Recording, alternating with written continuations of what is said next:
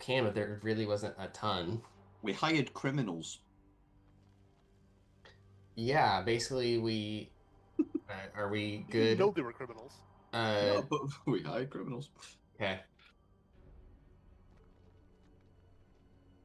Okay, so we sail back to the dock, the Moonwatch place. We have dinner with the captain. Said she, her career was taking off, and she's not close to her family, but she has a cousin who is building a submarine that might be able to help us with our Sahagwin deal. We take the dead body ghost person who killed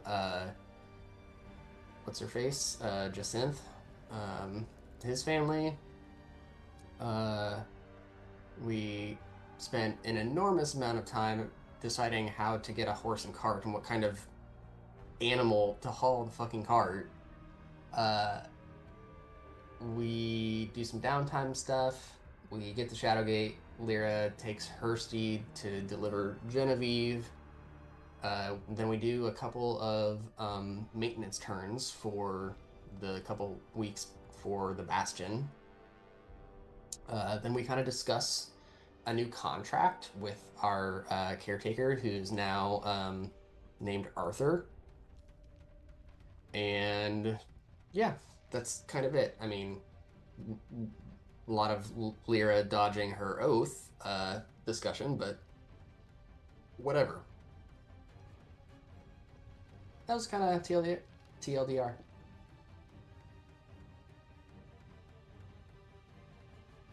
And moving forward from this point, there is going to be a couple of weeks more before anything really happens. So unless one of you has something specific you want to do, we can just fill that time with a couple more Bastion turns. But you guys will be present and can use your facilities without just having to do a maintain action. So we can do that, but one thing I'd like to at least present to the group is maybe we should offload at least one or two items. Like, I'm not sure if anyone's gonna take the mithril shirt. Like, we could, or one of the potions or something like that, so that we could maybe barter for an alternate item. But that would I know we discussed speaking to Radzekiel about something, and I forget what it was. The mithril shirt, there are a couple of people still who are not here that can use medium armor, I believe, to my knowledge. There's one. The only person who can officially really utilize it is Splenda should be able to. Yeah. I mean, technically, Arlie can use medium armor, but because she does wild shape, she never utilizes AC that way. Okay. But it's just, it might be worth checking with them before we do barter it, because it is chain without disadvantage. That's fine. Like no or there's other just random treasure items that we could turn into gold instead. Yeah. Either way.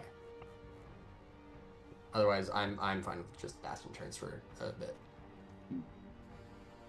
Because I need to look up some items we can get what we were talking with Radzekiel, what we wanted to speak to Radzekiel about, because I forget. Oh, it was because it came up last session and I didn't go back and watch.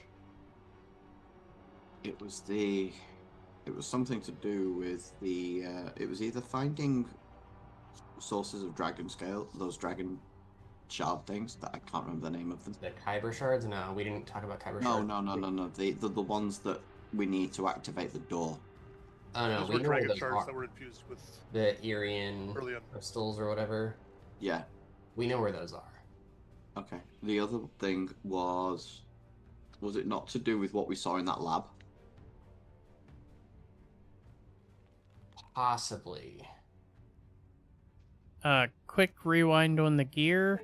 I just don't have anything in the notes about him since session 11, so I have no idea. I watch, so. Quick rewind on the gear. Eventide is not going to want the armor because if she wears medium, she can't fly. Oh, Oh, really? Yeah. But you needed a medium or less to fly, but if it's only light, then that solves that. Nope, can't fly unless you're light or nothing. And there's nothing about Mithril being so light it doesn't count for the purposes of it. No, and it's all medium because it's all the light armors are automatically usable with stealth anyway. Which yeah. is the Like only I initially thought it was the elven armor that ignored the thing. That's why I initially piped up weeks ago about it, and that is not elven. No, that's the It's called elven armor. yeah, it's Elven Chain. Yeah. Yeah,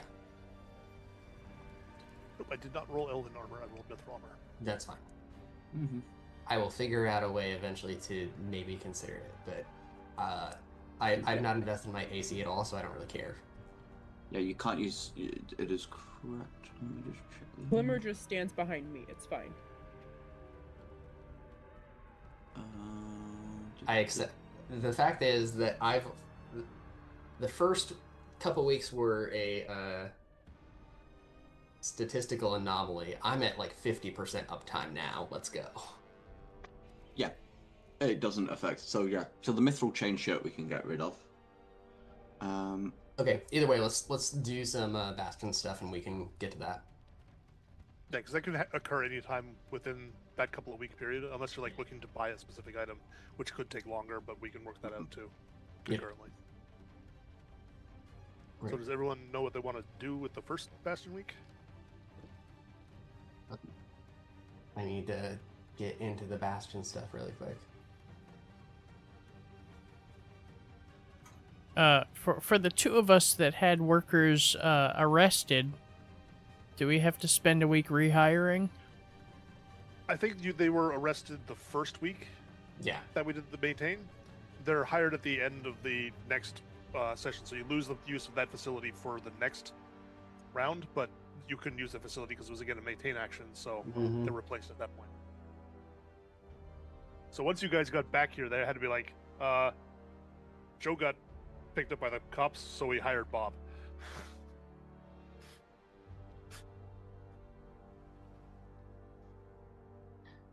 Okay.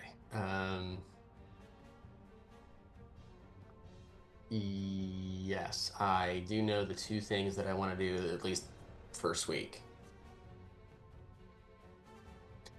I'm going to have my arcane study. It costs me 10 gold.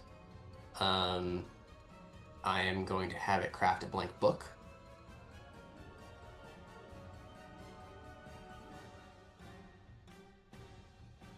And then subtract. My second turn is just to harvest my garden, which I'd said is the poison one. I think initially, since we have antitoxin in the, because I'm not selling it yet. From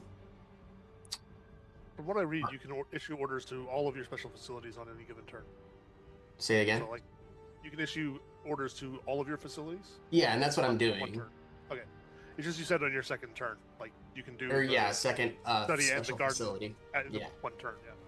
So blank book, and then I'm going to craft a vial of basic poison, and I'm going to gift that to Virgil. Thank you. Since I think it fits.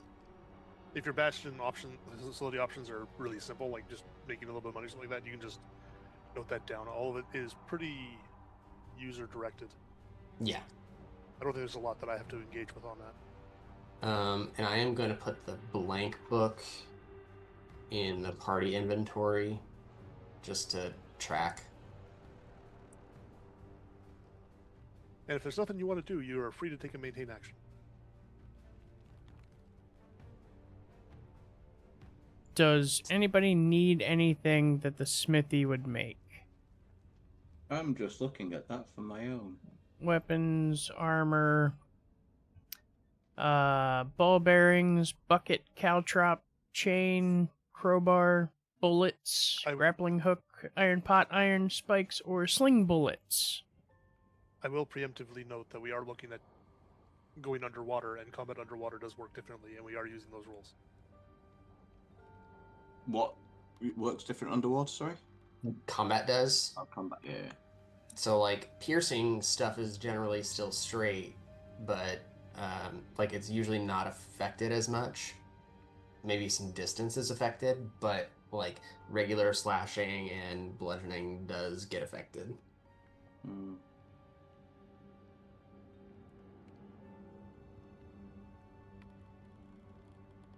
Now I gotta look up the rules on that if anybody has a link to it. I'm looking for it as we speak. Visual environments. Nope, that's it. The PHP. Under combat, underwater combat. Yeah, if you don't have a swimming speed, by whatever source, you have a disadvantage on the attack roll unless the weapon is a dagger, javelin, short sword, spear, or trident. So there's only a few things that work perfectly. A ranged weapon attack automatically misses beyond its normal range, so the long range doesn't exist. And the attack roll has disadvantage unless the weapon is a crossbow, a net, or a weapon that's thrown like a javelin or spear or dart. So repeat the list of weapons again that work for normally underwater. Dagger, javelin, short sword, spear, or trident for melee. Yeah. The particularly pokey ones. Good to know. I'm hearing I need to go trade in my Warhammer for a trident. Craft you a trident. Takes a day. I would also accept that. Is that the 2024 rule set? Yeah. Because what I'm Yep, seeing that's is that. just like it doesn't. What I found through search doesn't have any specified 24, weapons. It just says it's just a disadvantage unless it deals piercing damage. Why does it send me to the fucking 2014 handbook? Because their search engine is the most garbage thing since like intro internet Ask Jeeves level stuff. I think their search engine literally sees 2014 as a smaller number than 2024, so it sorts it that way.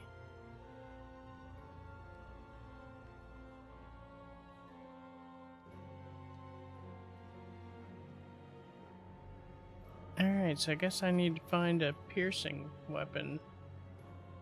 I've got a spare rapier arm blade if you want it. What? A little thing like that?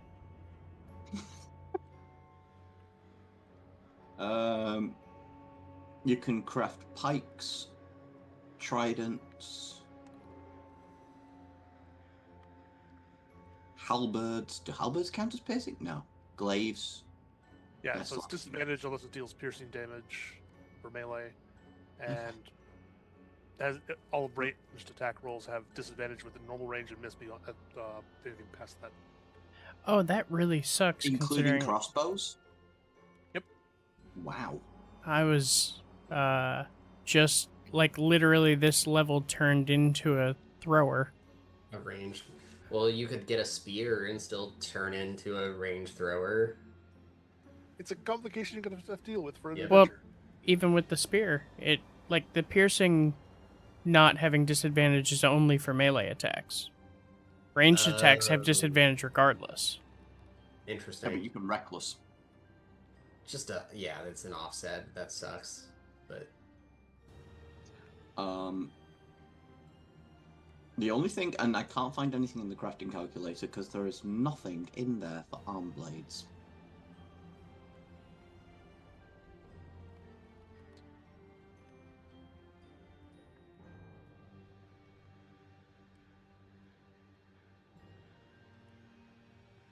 I think it's because arm blades are technically considered a common magic item. Oh, okay, then never mind. What I was going to do is see if there is a way, while we're doing nothing, if my smiths can convert this scimitar that I have into giving them an arm blade to work with as an example, to see if there's a way they can convert it into a scimitar arm blade.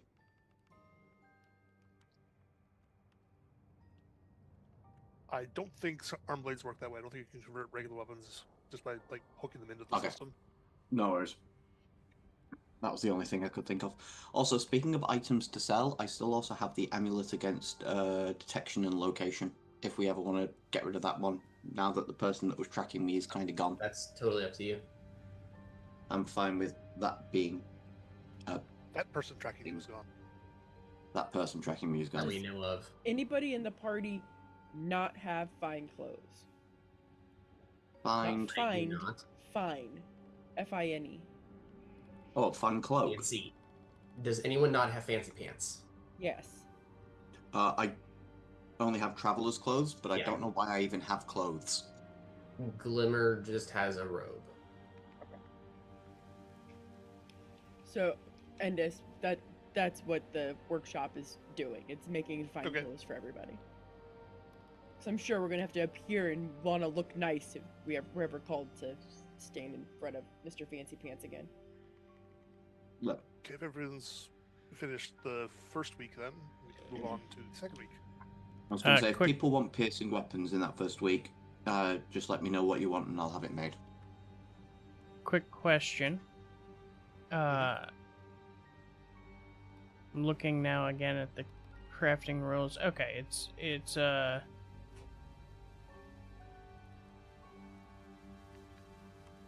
purchase cost in gold, but what? Come on. Okay, it's 10 gold per working day. So, is that per hireling in a facility, or is that this facility in total?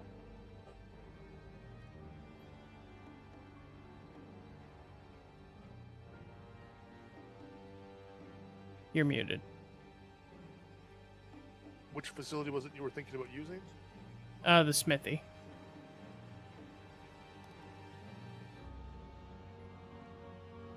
I'm just trying to figure out whether the smithy can do 10 gold worth of stuff a day or 20.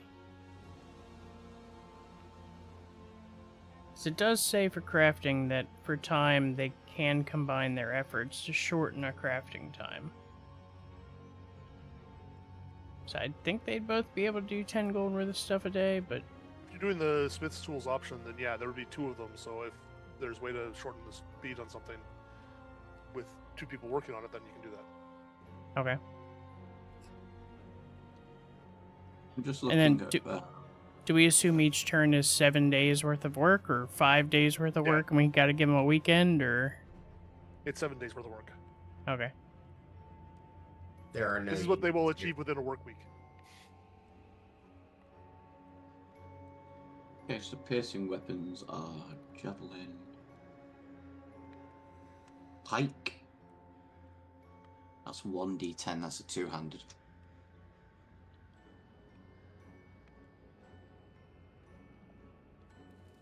See, a lot of these two-handed weapons for some reason seem to be in the Grim Hollow Player's Guide. It's really annoying. Did you by chance craft that trident in the first week? I was going to say the first week is anybody who wants a specific piercing weapon, just let me know what you want. A trident? Yep, you can have a trident then. Woohoo, I get a trident! Yep. You I'll get a just take- trident, and you get a trident! I was going to say it can be a trident, you can have that, or do you want a trident's 1d8? You can also have a pike that's at 1d10. Trident She's is also like- versatile. Yeah, Yeah, she's true. uses a shield. Yep. Oh, that's true. You also have a war pick option Ooh. Let me that is investigate also that. 1d8 piercing that is versatile and has sap. Well, hang on, no, you've got topple, haven't you? What's your combat feat that you have?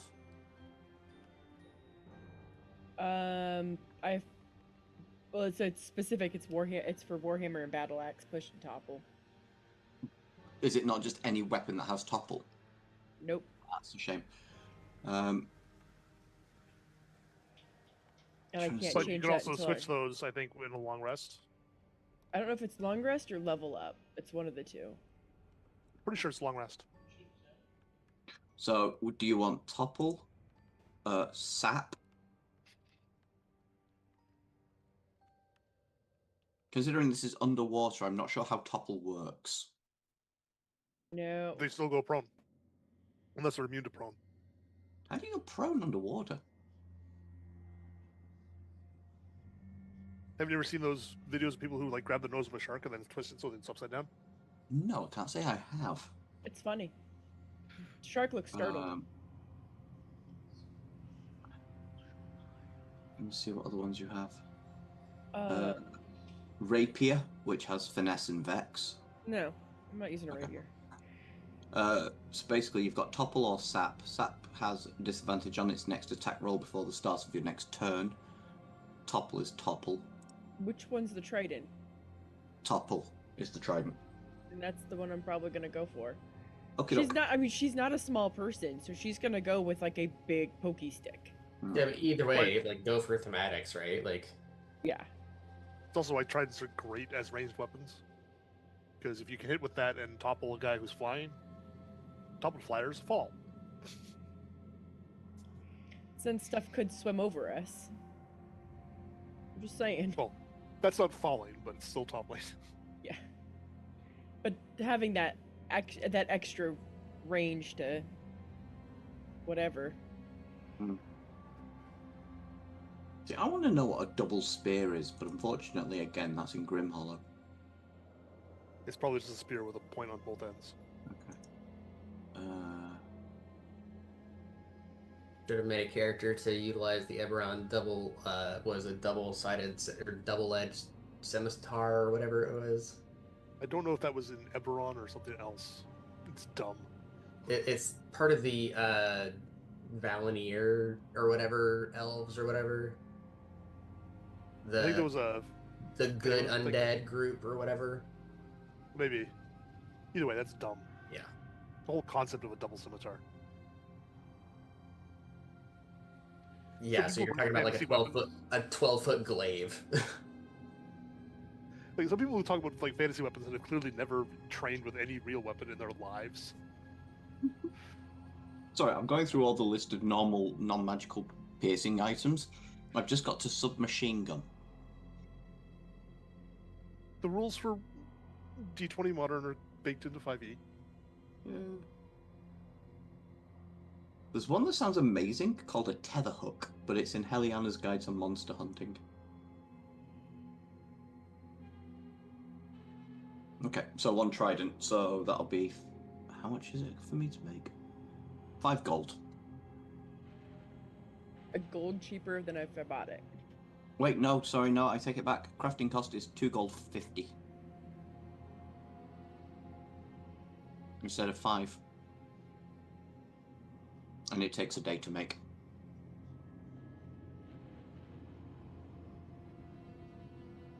Sorry about that. I've never done crafting before, so I'm getting used to everything.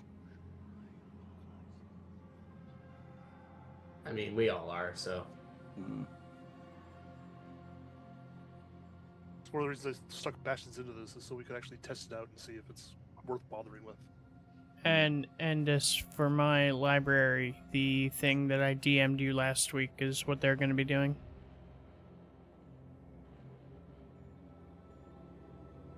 Yeah, just double checking it here. Yeah, that's fine.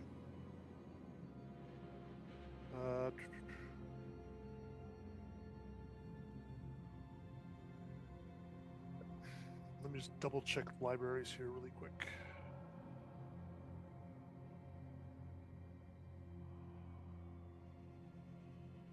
Why is there Pathfinder stuff on D&D Beyond? This is very confusing.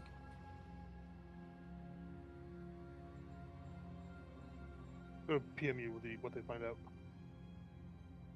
Gatling gun. Jesus Christ.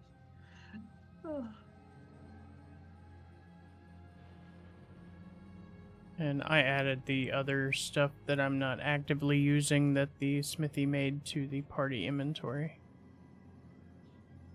Which was just a bunch of weapons. They made a couple of scimitars, a rapier, and a greatsword.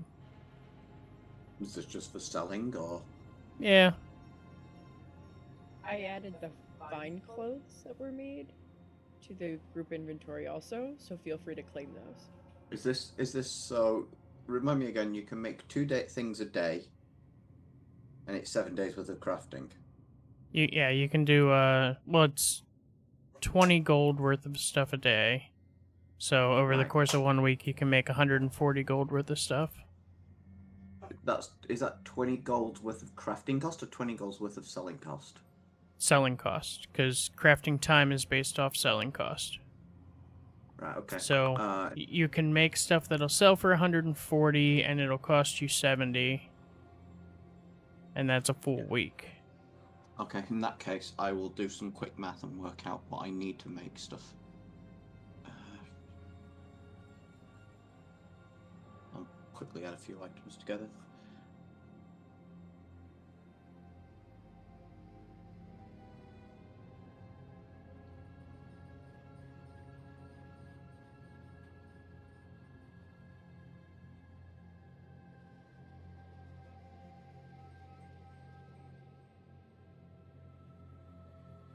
If something takes 2 days and costs 20, that means it's only 10 per day, correct?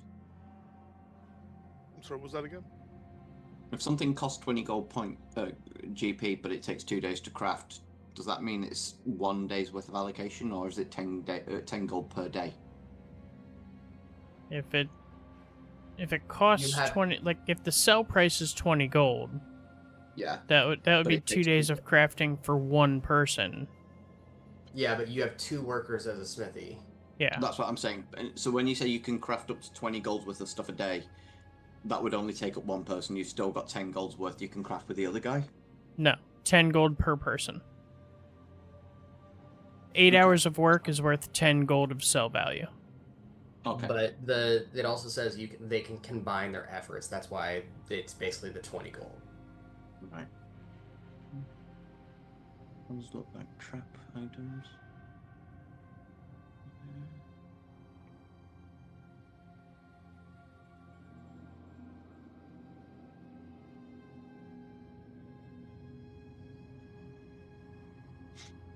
He's a good boy.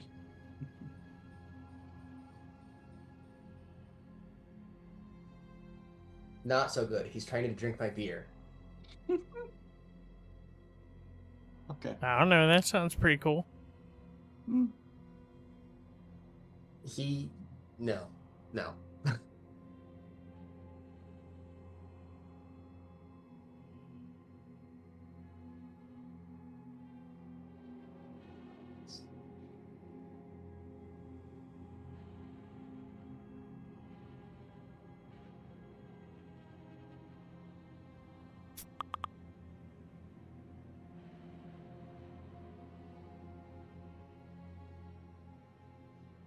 Okay, now I understand how all this works. Does anyone have any other issues or questions about week 1 of Bastion Turns? Not at this point, no. Then we can go on and take a second turn. Okay, I'm gonna do literally the exact same thing. Yeah, I'm just gonna. I give a second vial to Virgil for my garden. That's all I'm gonna do for now. Eventually, I'm gonna start making antitoxins to sell, but I'm gonna make a second book because eventually I will be able to get a scriptorian to copy books, and I have expensive books.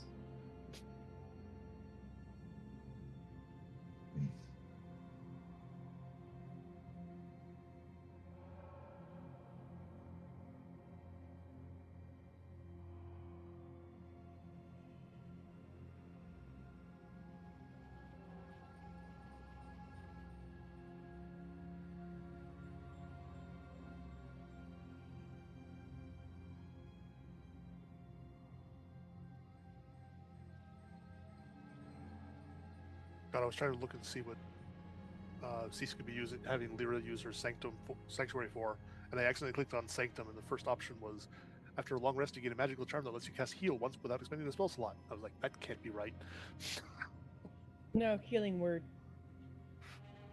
Sanctuary, I get healing word.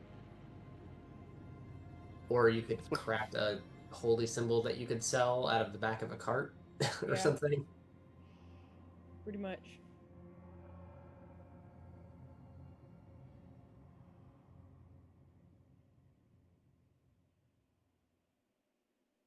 you doing?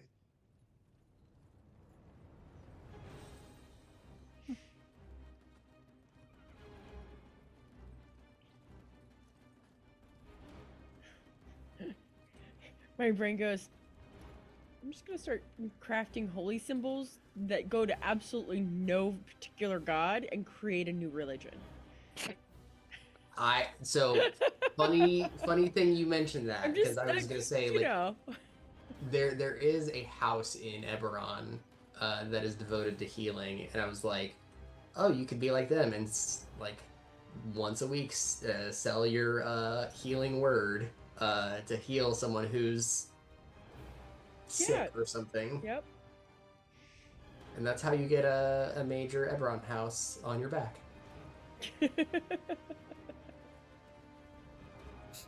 I was thinking about going the newbie MMO route and just crafting a shit ton of buckets to sell. Quick question. Talk. What armor are you using right now?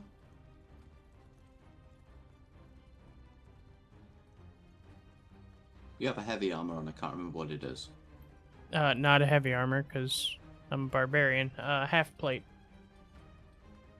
Oh, that's a medium. Right, never Yep. mind. Top medium. Yeah, okay, never mind. No point crafting you anything there. I'll just give you a bunch of weapons to play with.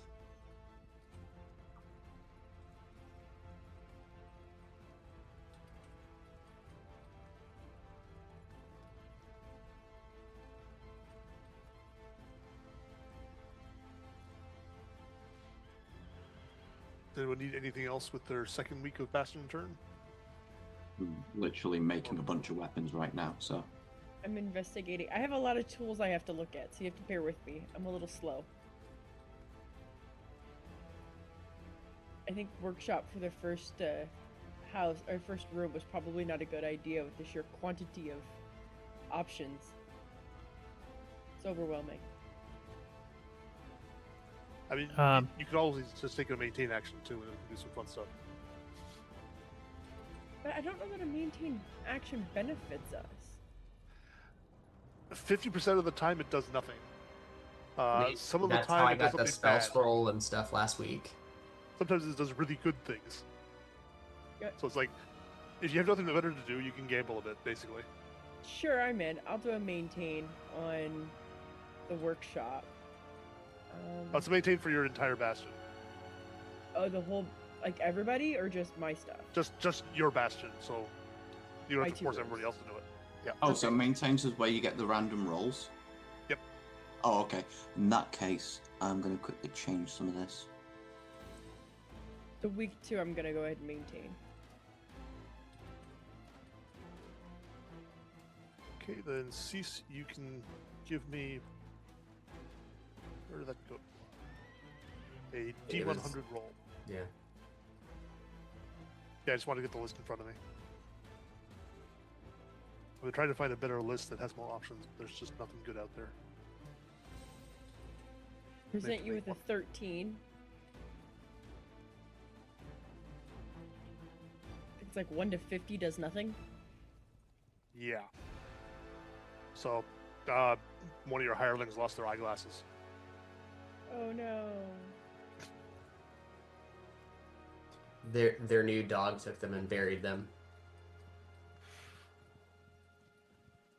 This tracks.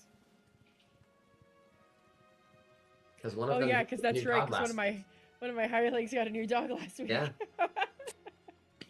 Did you get for hired picking up strays? That's it. It tracks. This tracks. It's okay. I specifically look for people that are okay with animals.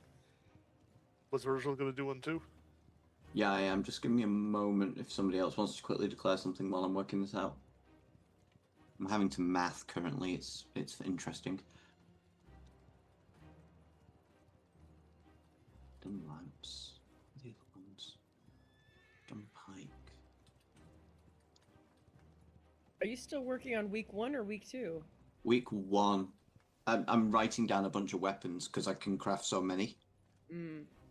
And then I'm about to flood the inventory with a bunch of two-handers for somebody to play with.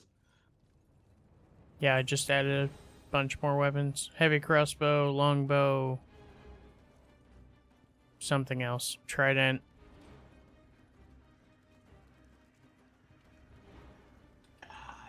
God almighty, I can't remember what it was called. I found it earlier.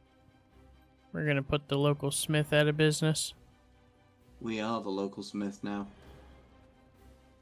A smithy is a local smith, for all intents and purposes. Okay, I've done a pipe, done a trade. Like, the people in town might have a bigger operation, but it's a competing operation.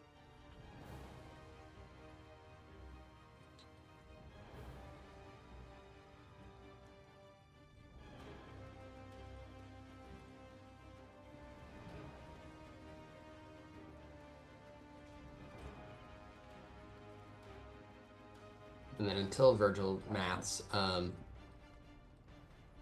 did we come to a declaration of what it would take for me to research spells? Did we confirm that it's going to be the same effectively as a spell scroll, the gold and time cost? Yeah, you're gonna have to do basically that sort of thing unless you can make No, a that's fine. contact. I just without- wanted to make sure that was what we were going to do or not. Okay. Yeah, I can't see any other way to really do it other than like if you can make a contact with someone who might have spells they would be willing to trade or something like that. But you don't really have any contacts who would do that right now. Right. That's totally fine. Yeah. Week 2, my library is going to do the same thing. Oh god.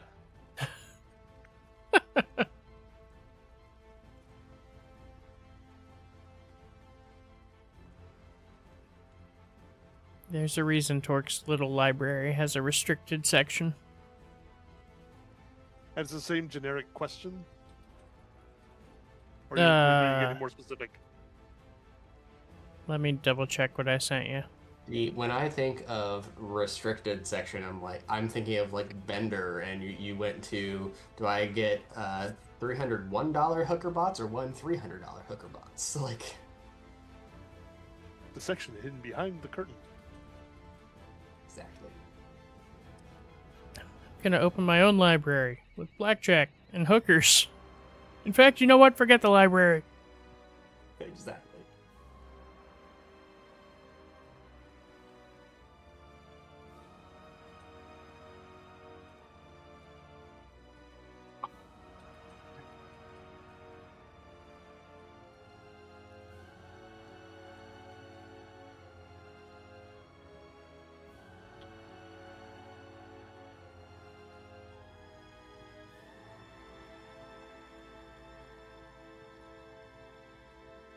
Right, now this adds up.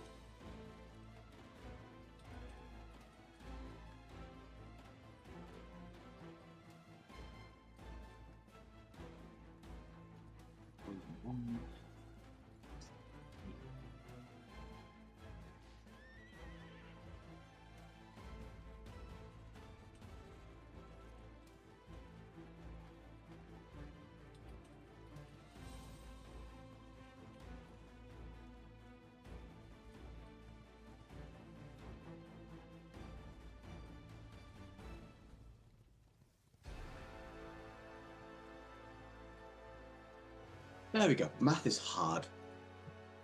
I apologise for that absolute delay. So yeah, sorry, Enders, what do you need me to roll? I am so sorry for that. D100. For each one or for just one? No, just for your bastion. Okay. Maintain actions are your bastion as a whole rather than individual facilities. Mm-hmm.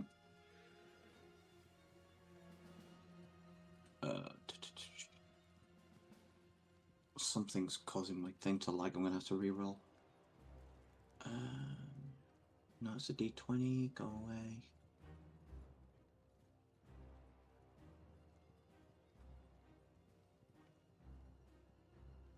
Remind me, what is it? Under 50 does nothing. Yes. Come on, big money, no whammies.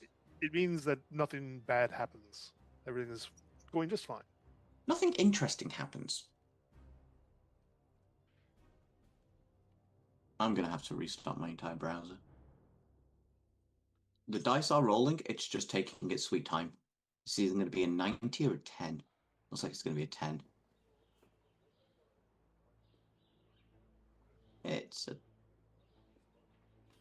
That's disappointing.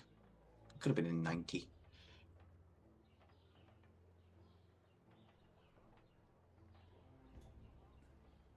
Ten.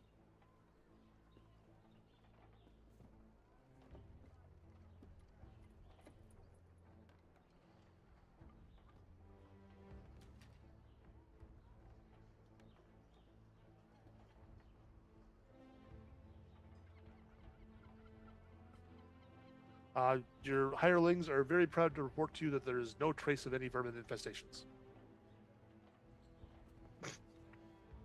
Out of curiosity, if you roll 100, you then roll on a second sheet, correct? 100 would fall under the treasure option, which does have another roll, yeah, to determine. Is that another D100? Yes.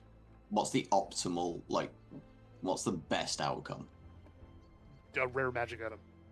Dang. And it's not entirely random. Which item you get is random, but which table I roll on is not. You get to pick.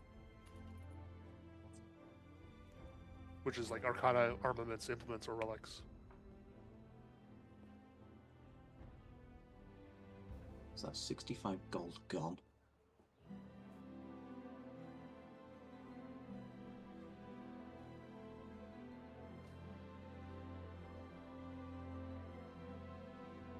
Okay, so I'm adding a glaive, a halberd, a greatsword, a pike, and a great axe to the inventory. Party inventory is going to be overflowing with just garbage weapons. Well, we can sell them. I mean, it cost me 45 gold. What was it? 5, 10, 15, 20, 25, 30, 35, 40, 45. Cost me 65 gold worth of weaponry, so it'll sell for 130.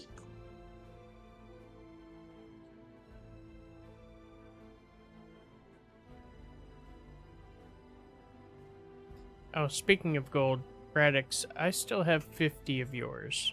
If you needed that for spell I'll go and crafting. just add it back, yeah. Now that we actually have a real party inventory. I was going to say, all this gold, is any of this mine? I don't know. Of the party inventory, we've never truly split it up. Okay. So I have no idea what any of that is now. Party You have a gold. 1/6 share. Yeah, party gold has always just been like, oh, well, we found 4,000 gold here. Dump it into party gold. Or like the, I mean, I don't think we ever found 4,000, but when we'd find a couple hundred on something we killed or whatever, we just dump it into that. And the 4,000 that just hit my brain was from the reward from bringing what's her name home. Genevieve, yeah. And we just dump that straight in since that's everybody's. Easiest way. From Anyway, the there's a bunch of... If you ever want to play with some toys, there's some weapons there for you. from the old spreadsheet where I was just muling the gold, though, I have Glimmers 50 and I have 100 from Eventide yet. But I will take Glimmers off of my sheet.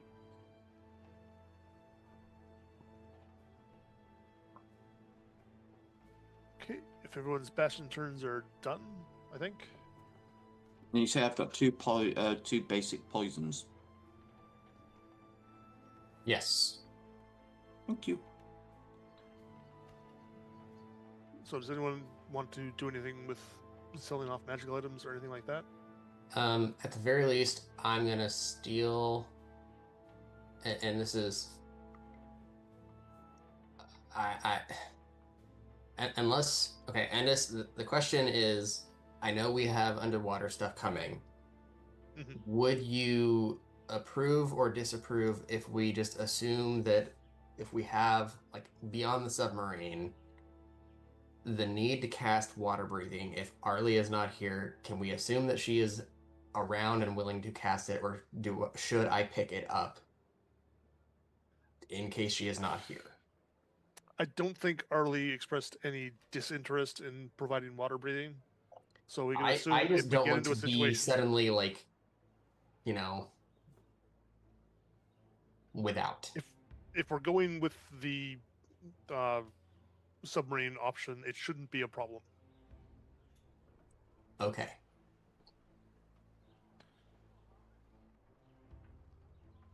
Then We can assume Dell is providing the spell, even if her character is not here. okay, that's what I wanted to clarify.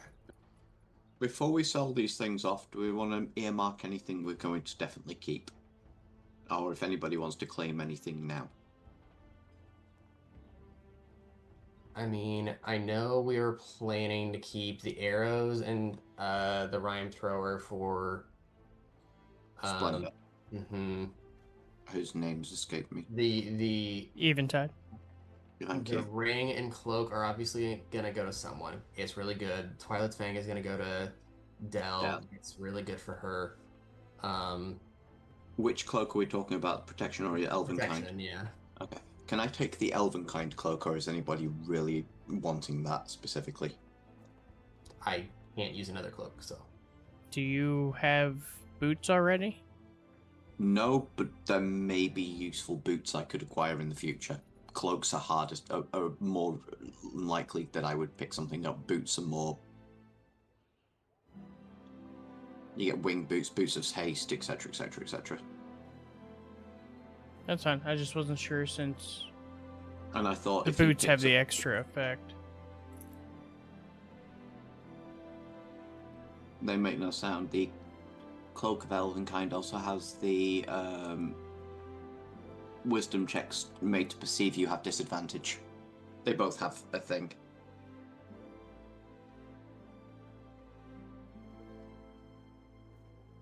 And if I'm not mistaken, I think move silently is something I get anyway eventually. I may be wrong.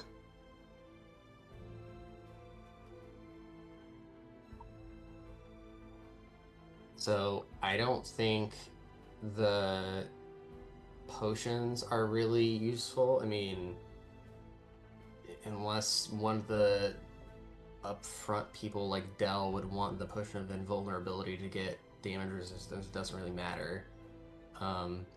So we'd be looking at selling the chain shirt and the potions. Maybe the bead of force is so niche; it's hard to know whether that would be useful or not because you're capturing something. The only way I can ever see the potion of diminution becoming useful is if we need to shove somebody in a very, very small space and we give it to the pixie. I was about to say, and she goes tiny. Yes. Like, there may become a time where that is useful. But that's also probably a time where Dell can turn into a spider or something. Also possible, yeah. I think So it immediately it I just say, basically. I think it basically turns into what is the value of that potion. Like, if we sell it, what do we get? And is that worth enough that we can say it's worth not having it right, on that off chance later? right. What is the value of a rare potion? I don't know. It's a rare item, so I think it was 2,000 gold or something. Yeah. That's if you're buying it. Though I think the rule was that potions and spell scrolls were like half the value of rare items, and so maybe it's 1,000.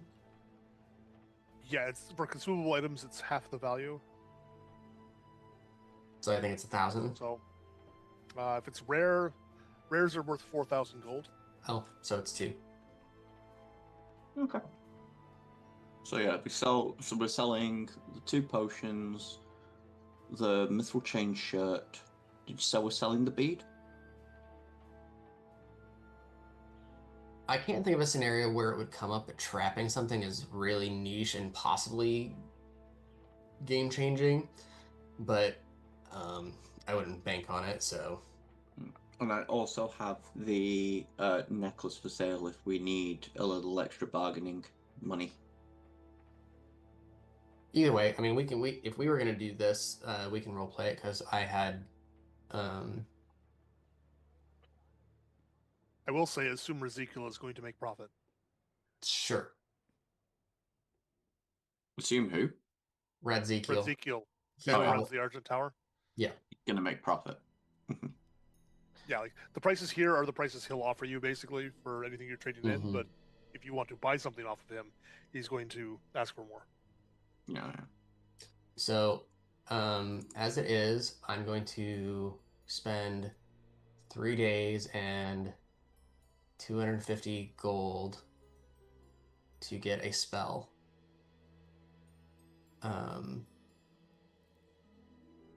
That I can use for our vault. I'm going to get Arcane Lock. And maybe even just like our front door and stuff. If we wanted to consider it, but... Are we assuming we're selling all the mundanes during the downtime? That's kind of where I was going. Like, it doesn't do us any good. Like, hey, well, don't sell my books, please. I actually will need those. Books to find clothes, the antitoxin, anything like that. And I don't even know if we need the antitoxin. Like, I can eventually have my garden spit those out. And I think which is the entire point of why I chose the poison was to get the antitoxin because it sells the most. Okay, I'll add everything up then, except for, does anybody want any of the weapons? I do not need weapons. Then I will add up all of the mundanes. Yeah, I'm not sure where or how. Like, I know that Ennis said that I could use the ambergris for inks and stuff. Yeah, so you can basically use up the value of that instead of having to pay for the inks and everything you have to do for scribing spell scrolls. I mean, it's probably easier to just convert everything to gold and take it out of the gold instead of, like, subtracting the custom value out of the jar, so...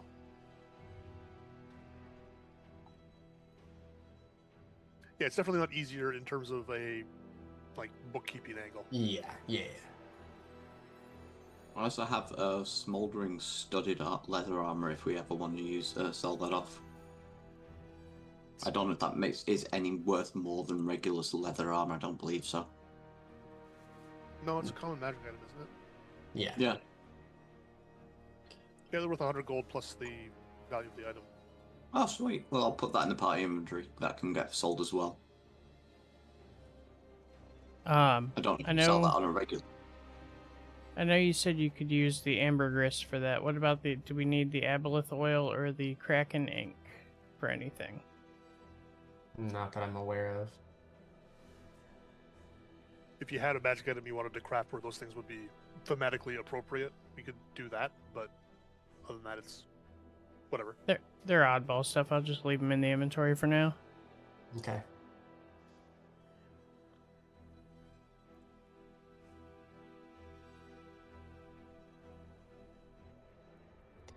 I'm not sure I'm ready to use that, so that's fine.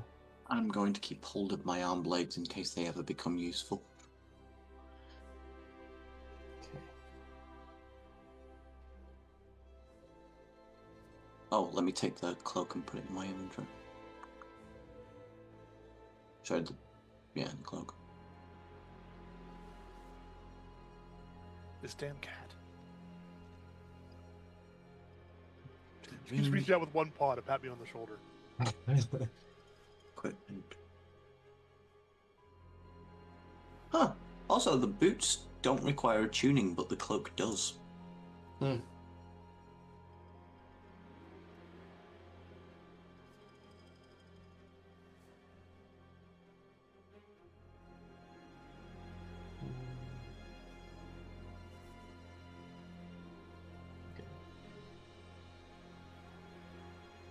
Gold dust. So Arcane Lock requires the use and consumption of 25 gold worth of gold dust. Are you okay just taking that out of raw gold, or do you care that we convert it? No, you can just like that. You could go into town and buy 25 gold piece worth of gold dust. Yeah, just okay. Out of curiosity, when people were using gold to craft, were they using personal funds or party funds? If the selling of the items goes into the party funds. Books I took out of my personal funds because I haven't sold anything out of them. Okay. Because I have to wait until much later to actually start writing in the books. I mean, I'm fine either way. It's just for bookkeeping purposes.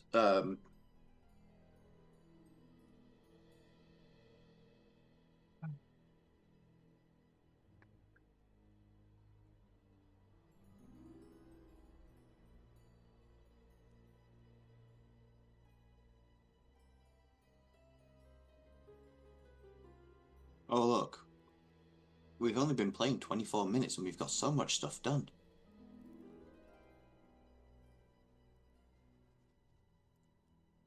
That Yeah. is plus a little over 13,000 gold. What that we've just sold? Yeah. We had 7,000 in chunks of kyber. Jeez. Well, Wait, don't sell all those yet, because we don't know if those will have like value that is not like monetary. So we want to keep the kyber. At least some of it, like they're the meta thing that I don't know if it's gonna happen is that like at least the dragon shards, those can be used as like spell focuses and can do other things. Like kyber and cyber shards can do stuff eventually. I don't know what it all is. So sure, We're sell about to some, get- but hang on to some too. We're A about lot to of get to weird the stuff last like boss this, in it. useful as for creating magic items. You can have them infused with various elemental energies or planar energies. Like there's a whole wide range of things. A lot of it's narrative based. Wait, If you wanted to say- find uses, you could. Wait, say that bit again. You can, when crafting magical items, you can use them to infuse elemental energy. Well, you could use them as part of creating a magic item. Like that could be one of these sources of the magic, like embedding a kyber shard into the hilt of a sword or something like that to carry the magic that makes the sword magical. But that's regular crafting a magic sword. It's following the exact same rules. It's just that's the special item that you're using. Okay. So it's just fluff stuff more than Yeah. functional. Like there Okay. could be some functional things, but it's going to be like I said, fairly narrative based. Like you have a specific plan that you want to achieve, and you can make an argument for why that particular kind of shard would work. Mechanically, I'm spending 50 gold of party funds to put a arcane lock on our front door and another on the vault, each with different pass phrases that I've yet to determine. But all of the staff will know the main door, and only our group and Arthur will be privy to the password for the vault. Everyone cool with Right. that? That's what he was called. I was confused. And Alright. Northern, of the stuff that your smithy made that you dumped into party inventory, how Yeah. much did that cost you out of pocket? 65. But again, I'm happy to just have it all go into party funds if it just means I can take from party funds when I need stuff. I'm fine with that. It's up to everybody I've else. Yeah, I've still got like a... How much do I have in my personal inventory? I've still got 56 gold for like personal expenditure if I ever need it, but there's very little I will need money for that I can't just say, hey, can I just take this from the bank? Plus, I get the feeling we're going to probably acquire more gold at some point, that if I ever do need a... What's the word I'm looking for? Petty cash, I can always just hold some.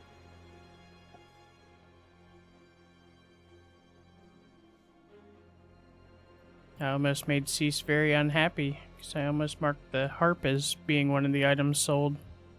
Yeah, don't do that. Please don't do that. I don't It's think like- we know the value of I that would thing. like to request a bastion inventory. The harp's worth 2,000. I break you. I hurt you. We're not selling it. I just wanted to know how much it's worth. Take It some might be from worth me. putting some magic on that just so nobody can steal it. We got our own little like guardian of the house. That's true. We were so close to getting some solvent glue to make it so that it could never be moved. That would be wonderful. Okay. I bet Radzikiel could get us some solvent glue. Like I And only it need would like cost I only a need a little metric bit. fortune. I only need a little bit. Do you have any that's old that you're looking to get rid of? Just don't give it to talk. Yeah, I'll stick his hand on it, get stuck to stuff. Mm. Was somebody handling the magic item cells?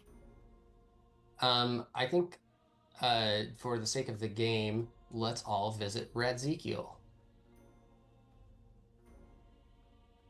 I am in favor of this plan. I was over here trying to figure out what it was we wanted to see him originally about. I'm like, short of like going back and watching the video on like triple speed, I have no idea. I swear it was something to do I with know that it was lab. last session and I can't remember. You swear it was something to do with what? What we found in that lab on the island. Oh, we had talked about like maybe some of the protection glyphs that were there. I jotted those down with the chains and stuff, and I jotted down a picture. I mean, we can maybe get a lore dump on the lurker or something. I don't know. There's plenty we can maybe look at. Unless it was something to do with the prison. No, there was a specific item that I know Radix and I were like, ooh, we could see like we need this, and Radix was like, oh, we could see Radzikiel for that. And I was like, yes. I Right. don't remember what that was. An item? An item. I'm not seeing any. Not the jar of aboleth oil or the ambergris, or some of the kyber. No, it's not about an item that we have. It was an item that we wanted that we don't have. Mm-hmm. So it's not the dragon shards that were. No, we have those. I don't know. Yeah, that's what I'm saying. Like there was something that I was like, ooh, we need. And Radix was like, we could go see Radzikiel. And I was like, yes. And I don't remember what it was. Well, sorry. Note taker's It's fault. okay. I should have actually jotted stuff down and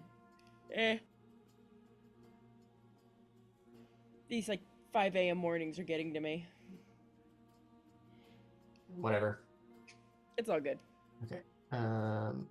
And then I will, I guess, come up with passwords for the locks at some point. And before we get to Radzikiel, I guess, and the next question I have is it known how we acquire diamond dust? Any of the jewelers in town would be able to Jewelers. provide it. Okay, Yeah. got it.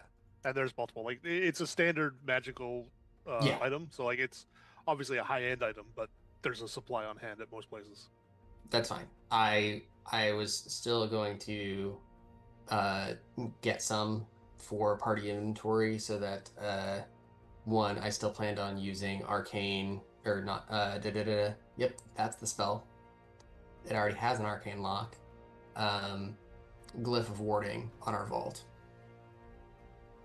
which requires it. So yeah, I think we can just move on to Radzikiel. Real quick before we do, I put in chat about the Boots of Elvenkind and the Ring of Protection. Is anybody opposed? Does anybody want them? I don't want to take items that other people want. And both the protection items require attunement, the boots don't, so I can just hand those off at any time if somebody else wanted them, but yeah, the protection items really were the ones I didn't want to steal if somebody else wanted. I was going to just essentially assume that you and Lyra would take them as the frontliners.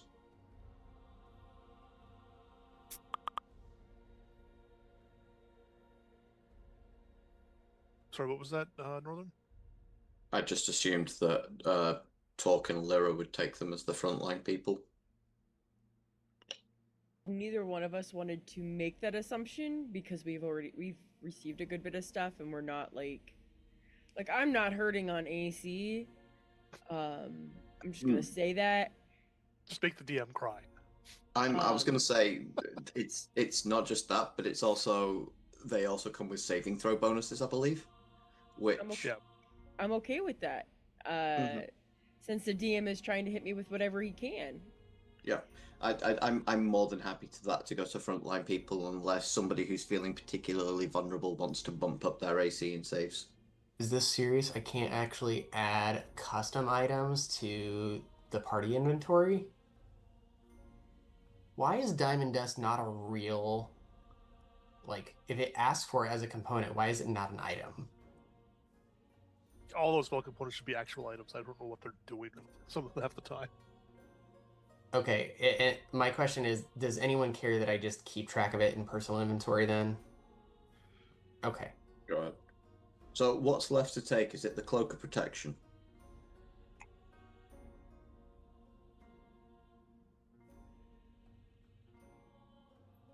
I think the protections we were gonna split, right, between me and Lyra. I'm fine with that if you guys are. I've no objections to that. I mean, when the other two come back, they're about to get shiny new weapons, so. Yeah, like I said, I just yeah. I don't want to be magic item whore. So. Oh, I picked up plenty of real. I mean, I picked up 2 weapons, a pair of a cloak and some armor, so I'm good. Like I'm really good. I'm super solid. Like, this is the most magical items I also think we've ever had this early in a campaign. So while we're being a bit conscious of, I don't want too many, the thing is we've got that many that we can just do that with everybody. Yeah. Like I have 1, 2, 3, 4, 5, 6. I have 7 magical items that I'm actively using. Yeah, I'm sitting on 5. Yeah, so like now while several are just utility, that's fine. That's still worth noting. Like that includes like the bands that we got and the eyeglasses that I bought. But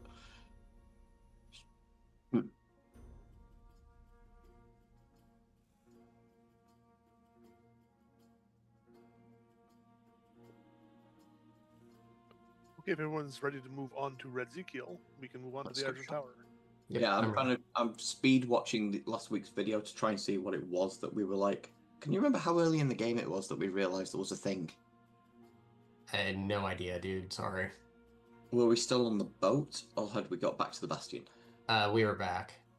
Okay. And I don't know if we were back at the Bastion. I know we were off the... We had to have been back, yeah. Most of the time of the town was spent debating on what kind of horse to buy. So that was Moonwatch, but then we got back to the Bastion. Yeah, so I don't remember which town it was. I have no idea, honestly. The first one I have to say is my arcane study, and the second one is my garden. I will...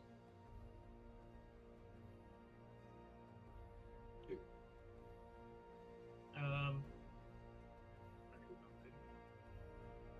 have an arcane study. Well, he didn't even care enough beyond his destination to have a mate.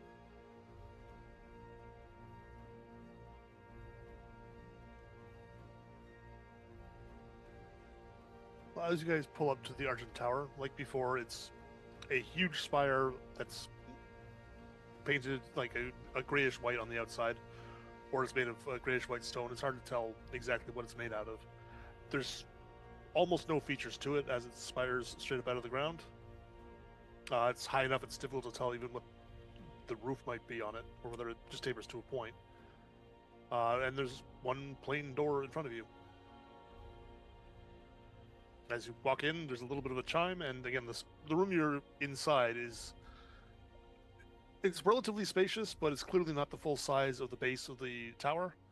And it's just featureless walls around you with one opening that's not like a door. It's just up to a vendor's opening basically with a bench in front of it for Redzekiel to lay items down on. Like it's a little vendor stall basically. And Redzekiel is sitting behind there with colored lights whizzing through the air around him, as there was the last time. And he's just sort of waving them around with his fingers. Oh! Ah, you're back. As You right folks now, have been Virgil busy. is the only person who has been here. Greetings. It is good to be back. You are looking well. I'm always well, always having a good day. My companions have come with me. We have much to trade. I see that. It's nice to meet you all. I've been waiting this eagerly.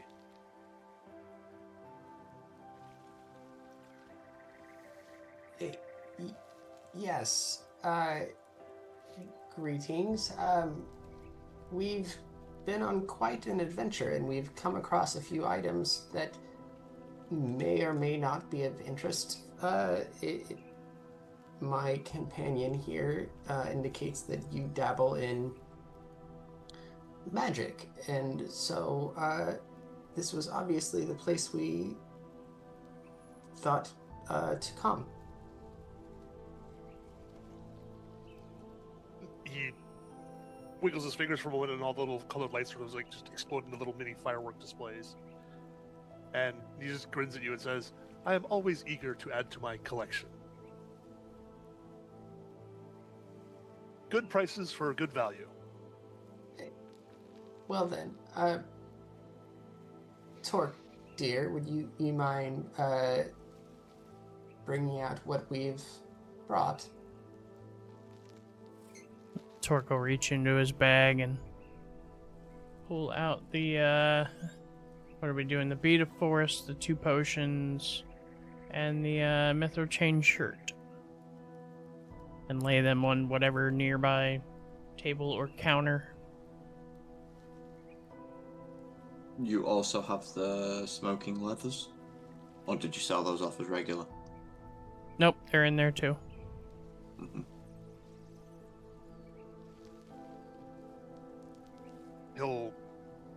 Redzekiel will just look down at them and just wiggle his fingers and go, ooh. Reaches down and pulls out a, what looks like a jeweler's loop. And just pulls out the bead of force, examines it for a moment and says, that's very nice, but also very dangerous. I'll put that over here. Then, again, does the same thing. It was the mithril shirt, the smoldering armor, and what else? The two potion two of potions. diminution and potion of invulnerability. With the potions, he'll just pop the cork out and just dip a finger in briefly and... Ooh. FYI, yeah, Open back up. I looked this up after the game last time. It was a 2014 rule where you could spend time and dip your finger, and there's nothing in 2024 rules for that. I don't care, you're still doing it. You taste it, you buy it. No.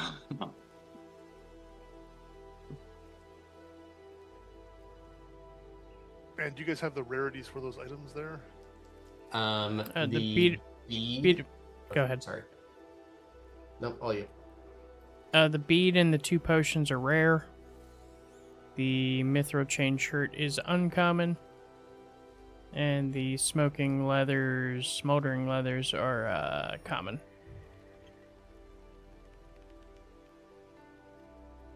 That should be a tidy little sum. And he pulls out an abacus and just flicks a couple of beads across. I would be willing to offer a total of 8,500 gold for these. Or would you be interested in trade?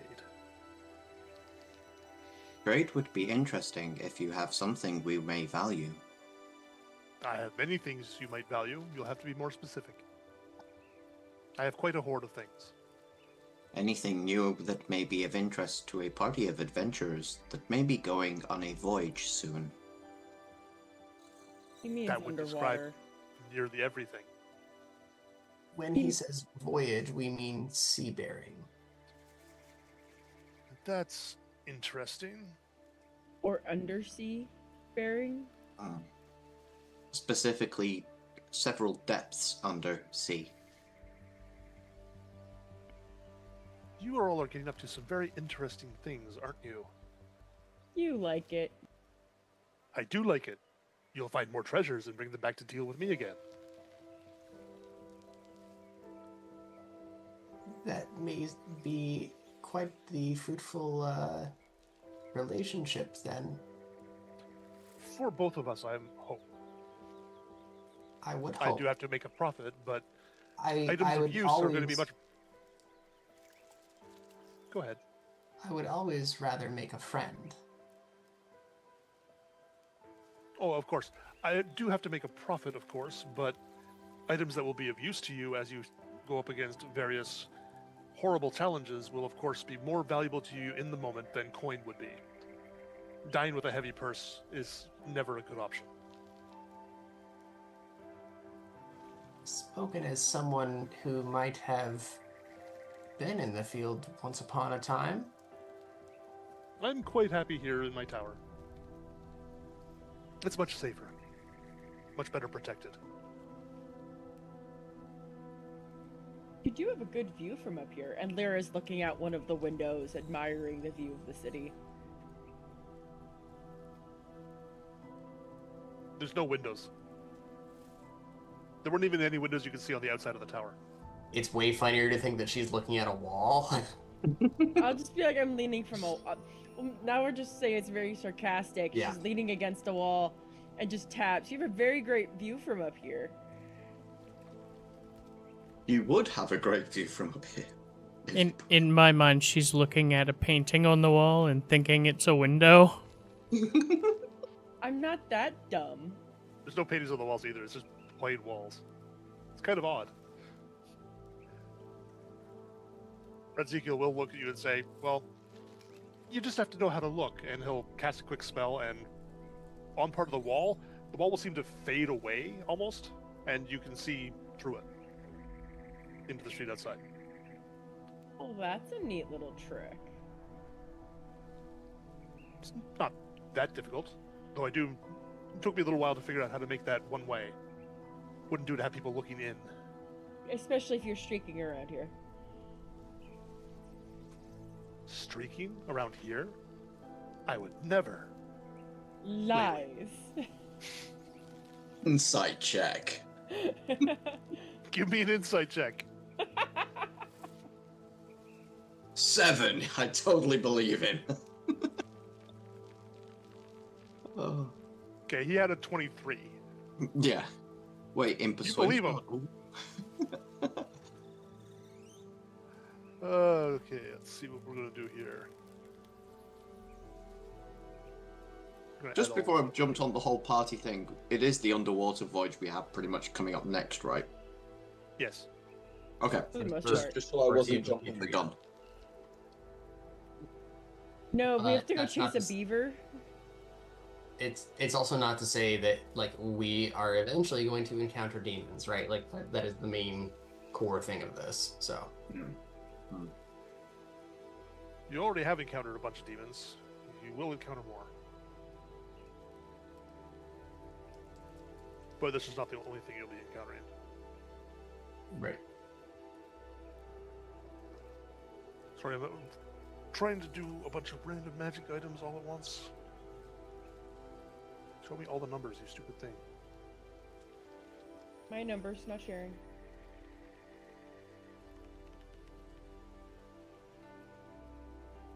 Also, while she's not here, we might need to think of something for Splendor if we are going to be doing a lot of underwater combat. Oh, I didn't even do rarity. I mean, she still gets actually. Did you say that they get 8? They get to use their short range, and it's with disadvantage. Ranged weapons is you can only use the short range, and it's with disadvantage even there. Anything beyond that automatically misses.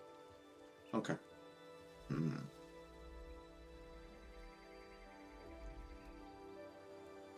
Just wondering if there's a way to get around that.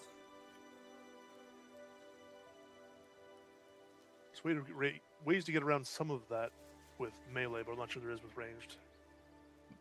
Do rangers get 2 attacks? At level 5, yeah. Okay. Well, at least her second attack would have Vex if she hits with the first.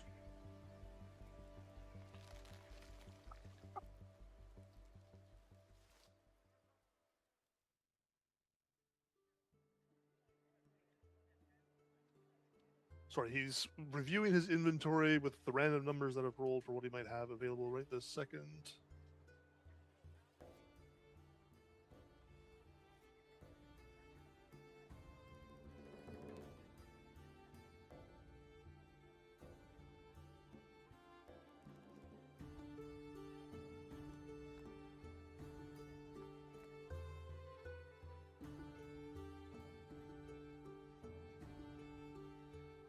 He is finding things that might be useful.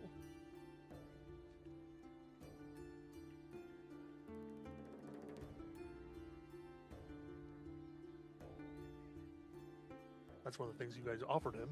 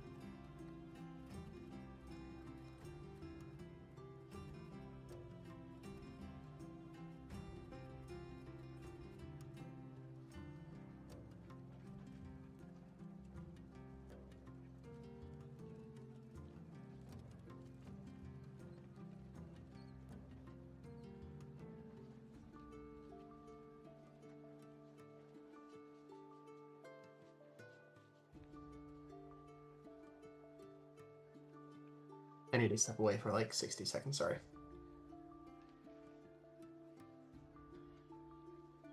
I'm sorry, I'm almost done with this. I'm trying to give you guys a suite of possible options.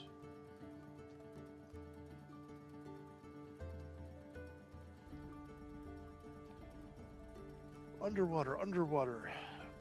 There's 3 things I can have that might be of use specifically for something dealing with such things.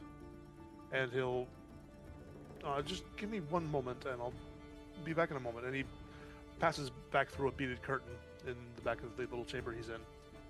And you hear, oddly distantly, a lot of rummaging around and banging before he eventually comes in with 3 objects that he lays down on the counter. I have a very nice javelin, these very excellent gloves, and a ring that may be of use. Specifically, a javelin of lightning, gloves of swimming and climbing, and a ring of water walking. Don't know that we need to walk on the water. You said underwater, but this was water related, so I figured I'd include it. Have you ever heard of and this is just something they've mentioned in the temple, so it may still be myth. Ring of Water Command or something like that?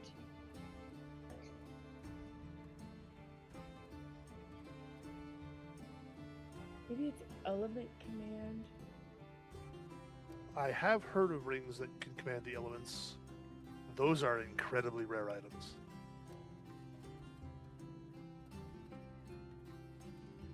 DM, I know that they do exist. Yep. Add a character question. Javelin of Lightning, I assume, is not affected by the usual rules for underwater combat. What do you mean? You're throwing a lightning bolt rather than a physical item, so it's not affected by disadvantage and short range only. Well, if you use it as a lightning bolt, then it's acting as a lightning bolt, not as a javelin. Cool. So you're saying it's not a myth, though? No, they definitely exist. I know a guy who used to have one. I do not have one. No, that's fascinating, though. I always thought they were a myth.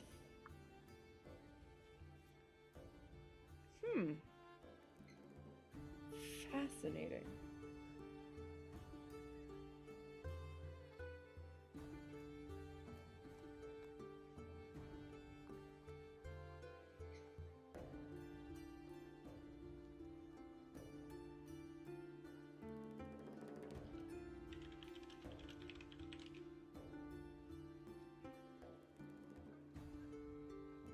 What were the name of the gloves again? Because apparently my brain Gloves of just quit. Swimming and Climbing. I dumped them into chat. Thank you. I never have chat open.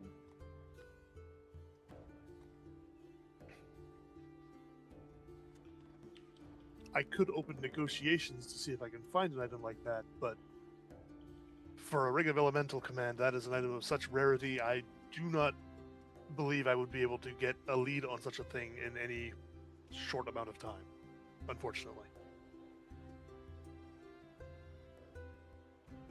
Nor would such a process be cheap. There are bombs that would have to be greased. In sincerity, I'm in zero rush. If you get a lead on one, let me know. If I'm still in the market, I'll move forward. But if one falls into my grasp, I will hold it until I contact you. I can promise you that. Beautiful. But to be honest, I don't expect one to do so. But we never know what tomorrow holds. Of course not.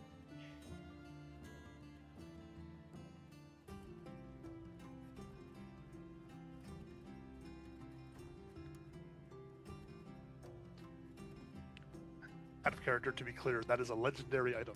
Yeah. Jeez. Which is why he's being like a little, no. No, you're good. I literally just picked some random magic item and was like, I'm gonna pretend this is a myth and we're gonna go with it. It certainly is if it's legendary. It seemed like it would be mythical. This may also be something you could assist with that is related, yet you may not have considered. One of our companions is a bow wielder. Last I checked, arrows do not fire well underwater. No, that's... bows in general do not work well underwater. Is there any... nature of a bow. Do you have, perhaps, maybe not a weapon, but any ammunition that may work better in this scenario? I don't know if any arrows exist that are really good underwater, but... I don't think there are.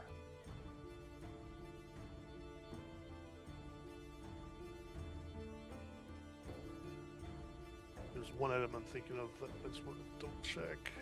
Literally, is there such thing as torpedo arrows? Is what we're asking. What I'm asking. Don't think so. Damn.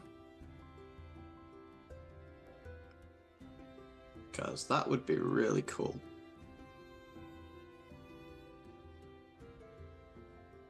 At least it means the enemy won't be able to shoot you with bows either. Hmm.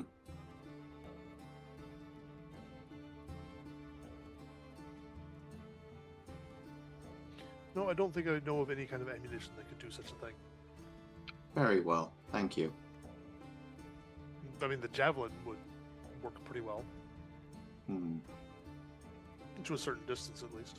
She is quite small and not particularly strong. I don't think she may have the capacity to throw it.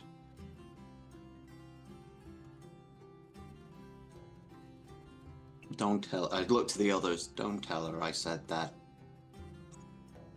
I don't think she would argue with you.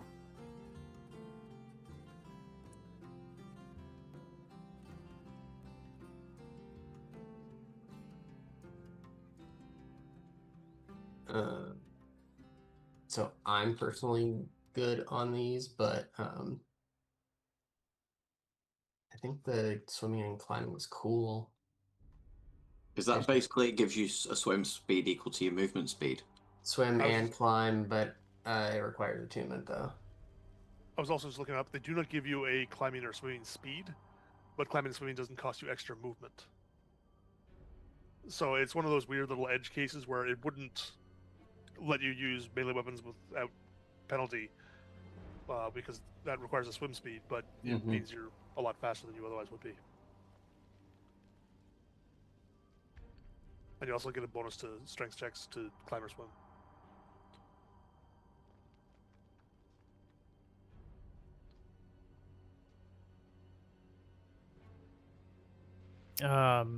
This might be a bit beneath the fancy things you have here, but I'm looking for armor that is exceptionally strong, and I've heard of armor made of this metal called adamantine. It's supposed to be exceptionally strong and resistant to damage. Is that something you would have or could purvey? Let me check in the back again really quick. And he'll pop back through the beaded curtain. Where's my lists? Because reckless attacking means I'm prone to being crit. And I would like to not be prone to being crit. Adamantine makes you immune to being crit. Yeah. Could wear a helmet. Could be a long-term goal, yeah.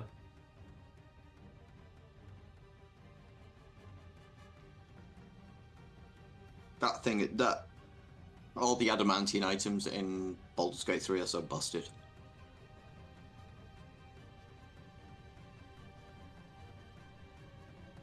I'm trying to think, I don't think I've even run into any.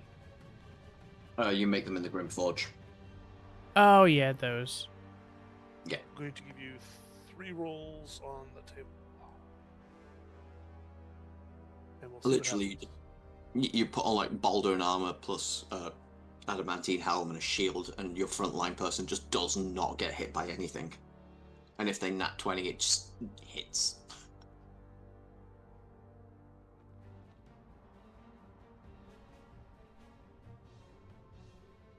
That's the right table.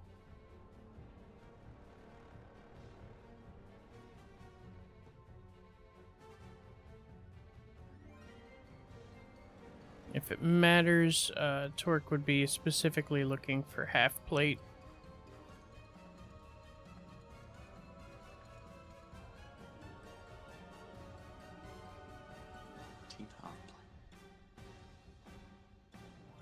Is adamantine considered magical, or is it just a very rare material that It's smiths magic. work with? Okay. I mean, the items are magical. It's an uncommon, yeah. Okay, so I'm just wondering, it's not like something a smith would have the material and could just make.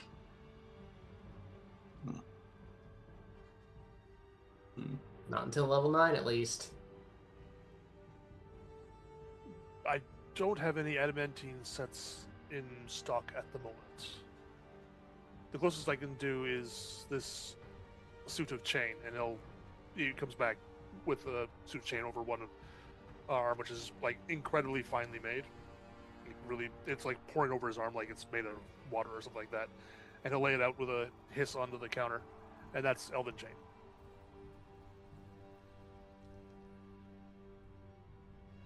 Is that not the one you were looking for? Yep. Ugh. It's not cheap.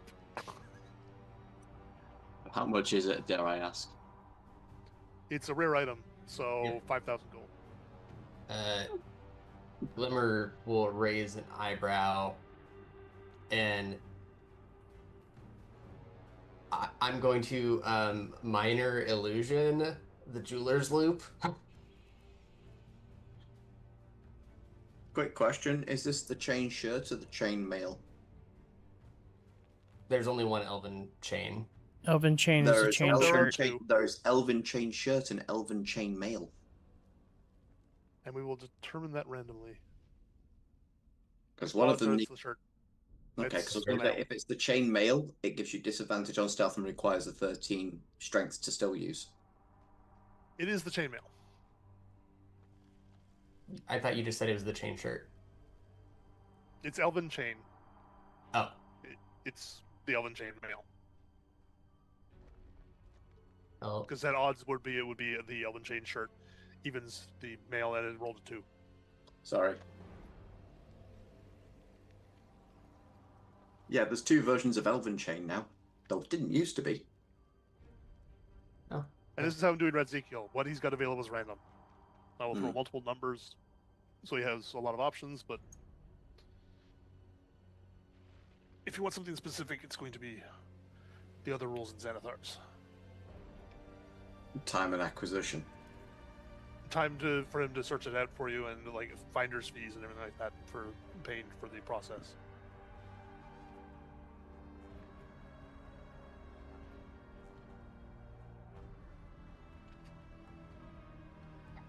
Oh, no, this is far too heavy for me. I'm sorry. Well, it was Mr. Bookie who was asking, but sure.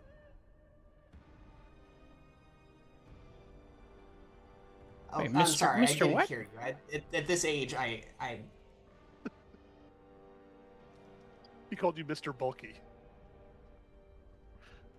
who? No, he just points. The much bigger than everybody else in the room, Torque. Yes. Fun fact, I could wear that. I'm not going to, because, gosh. I'll kill my AC. I was about to say, wouldn't that like lower everything for you? It probably would, because I'd be capped on +2 on my dexterity. No, the Elven Chain Mail sets it at 16. Oh yeah, there's It's no heavy dex armor. modifier. Ooh, that's awful.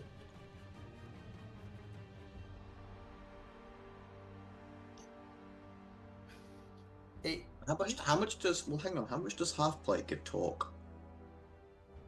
Half plate is 15, It's 15. still 2 decks, and then I have my one from the Cloak of Protection, one from being a Warforged, so I'm at 19. So Eh, it's worse than half plate for you. It's identical to half plate. No, well, if you had +2 in dex, it would be less. No, because it's a 16, but it also has a +1 on it. It's effectively a +1 armor. Oh yeah, true. So it'd be 17 plus my 2 magic bonuses. Well, my racial and my magic bonus.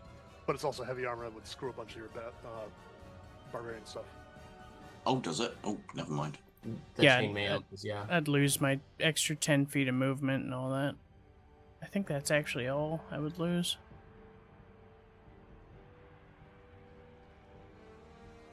You've been quite generous with your offerings, but Oh, I will exact a price for them.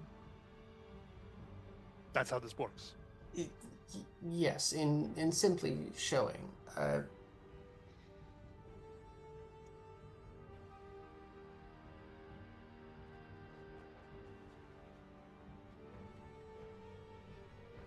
But perhaps right now,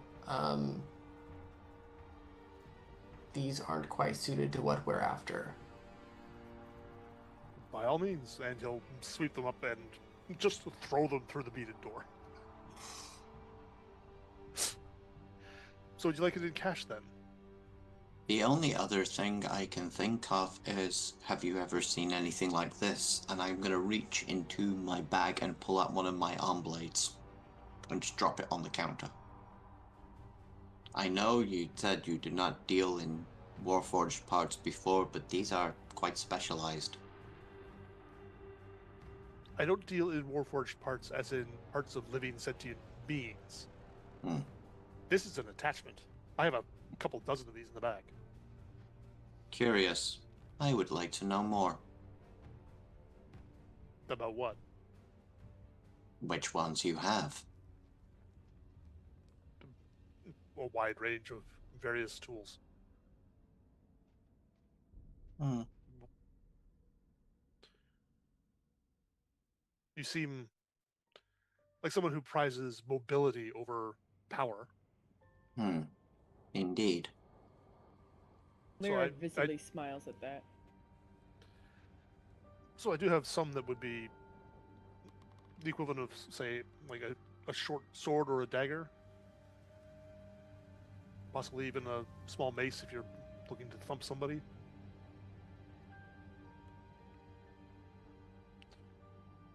None of them are enhanced more beyond just the being able to integrate with Warforged systems, though. Pretty much equivalent to what you have there. Very well. Never mind. By all means. I was going to see if I could trade my +1 scimitar for a +1 Warforged arm blade of some kind. I doubt he would go 1-to-1, but No, but I mean, put some gold in, but to be brings fair, me- he might actually find a regular +1 scimitar is easier to sell than a Warforged. As a practitioner of the arcane arts, clearly you must know quite a bit of spells. Do you dabble in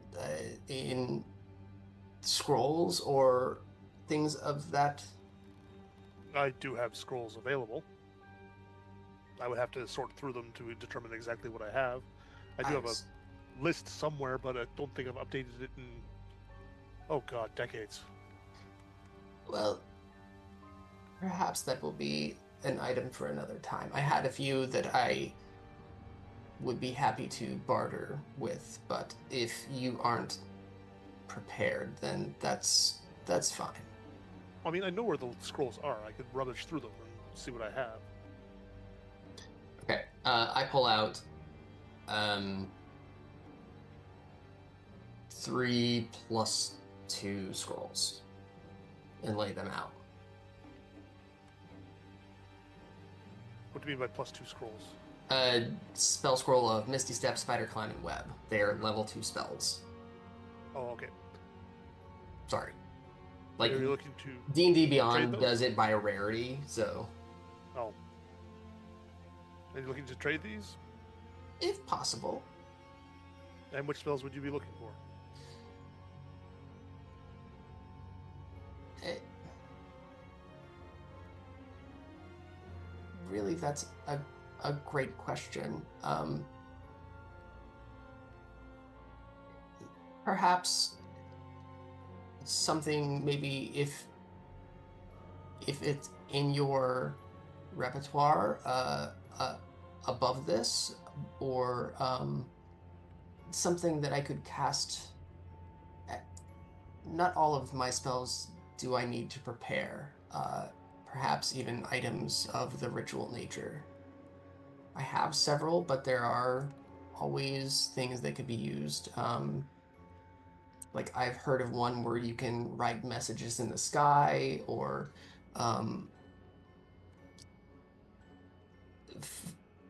spells to find things. So just as an example, like maybe a locate objects, or a skywrite, or even like any sort of level 3 spell as a combination. I don't know.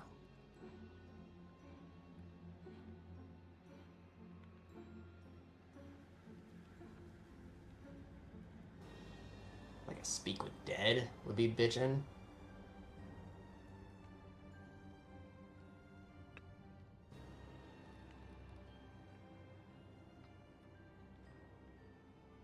But if you just want to roll, I'm going to do something like that. I'm just trying to figure out how to do I was about to say, ritual. because as it is, like, I have a lot of rituals, but there are also just a lot of rituals that could be useful at some point. Ooh, I just had an idea for something we could use.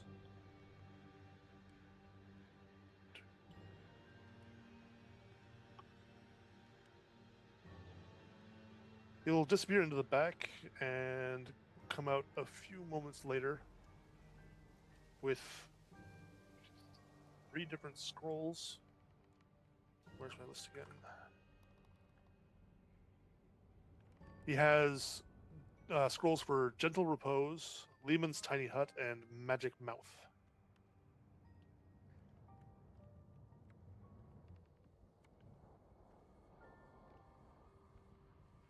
You're muted. Yep. You said gentle repose. Yep. Do you already have tiny hut? I do. Nice. We've There- used it on the island. There's Oh, 8 yeah. ritual spells for wizards in that range, and I rolled 3d8, and that's what I got. Yep. Totally. That is a ritual.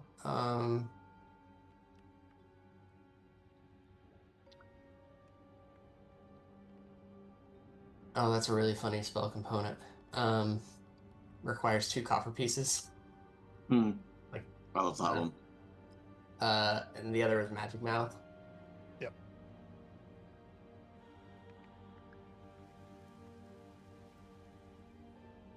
Yeah, that's a pretty good one. I guess it's only 10 gold. I suppose this one looks interesting. What are you willing to trade for it?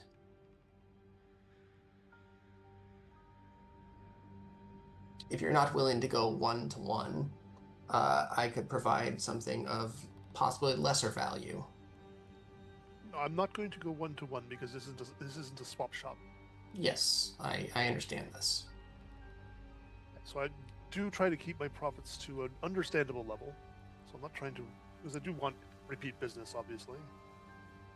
Where is my? I keep getting rid of the valuation of magic item option.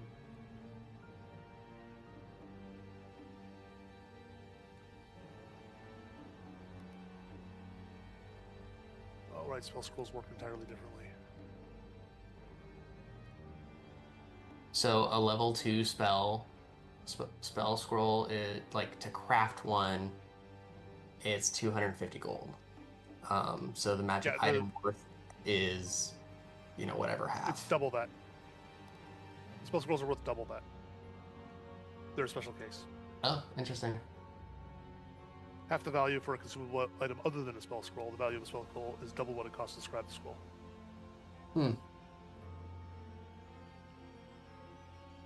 So 500. Okay.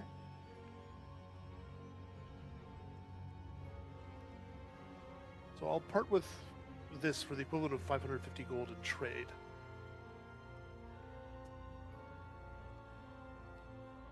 And I'll offer you 400 gold for... Or... I'm looking at the wrong thing again. I'll offer you 500 gold for the scrolls you have there, each, obviously. Okay. Then I slide forward the scroll of web.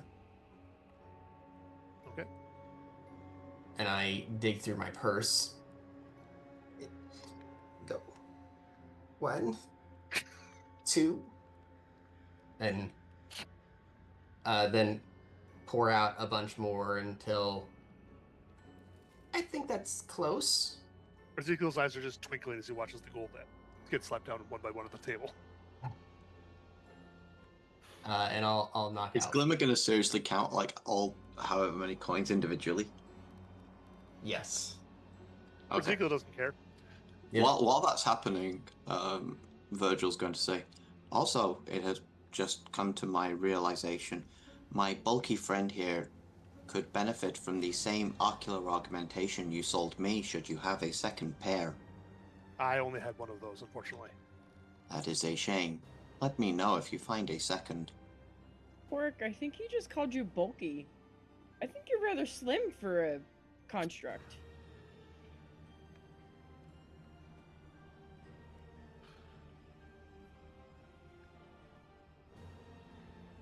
And Ezekiel will just gather up the rest of the scrolls, slide your 2 remaining scrolls back to you, along with the, I think it was Magic Mouth you just bought. The what? Was it Magic Mouth you just bought? Yes.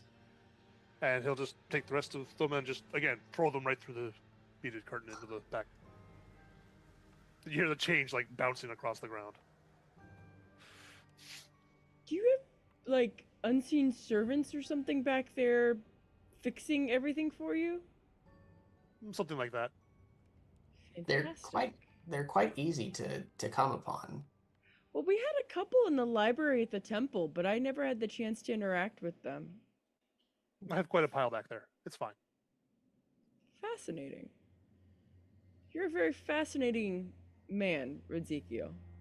It, Thank Redze- you. Redzikio, do you ever? I know you're largely in magic items, but uh, how much do you know about the the world of magic and its beings? Quite a bit more than you've probably ever learned, young one. Insight check. Glimmer, is he Sure. flirting with you? I hope so. like, Lyra's like, is he flirting with you? And she goes to reach for her weapon. Glimmer's like, I hope so. And she's like, never mind. What's your insight check? Oh, I'm when he says young one, I mean it's just a 10, but You're very convinced.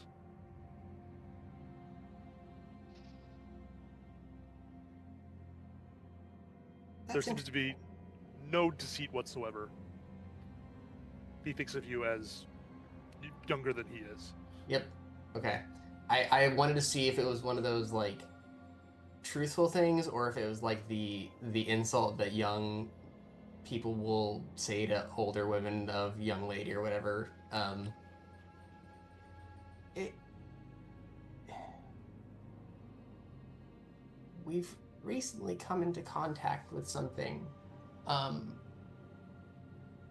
horrible creature with all sorts of tentacles. And I bring out my drawing of the lurker spawn. Okay. Rizio will look at it, just sort of curl his lip a little bit, and just, that's moderately disgusting.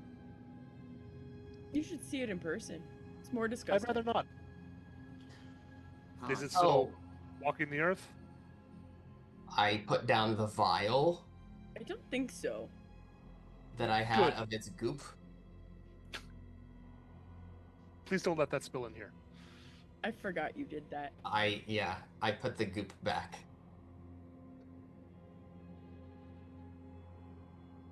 I would like to say that I'm moderately well versed in an unfortunate amount of niche knowledge of creatures like this. But the heart of this comes down to more mythical things that don't seem to be so mythical. Have you heard Everything's of... mythical until you run face first into it. You're not wrong. I put the goop back on the counter.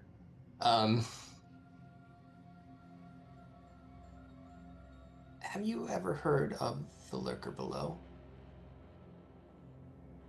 One of the great demon lords, yes. I think anyone who's had even a modicum of training in the arcane arts would have heard of the various demon lords. Possibly not their lesser minions, but at least the top 12.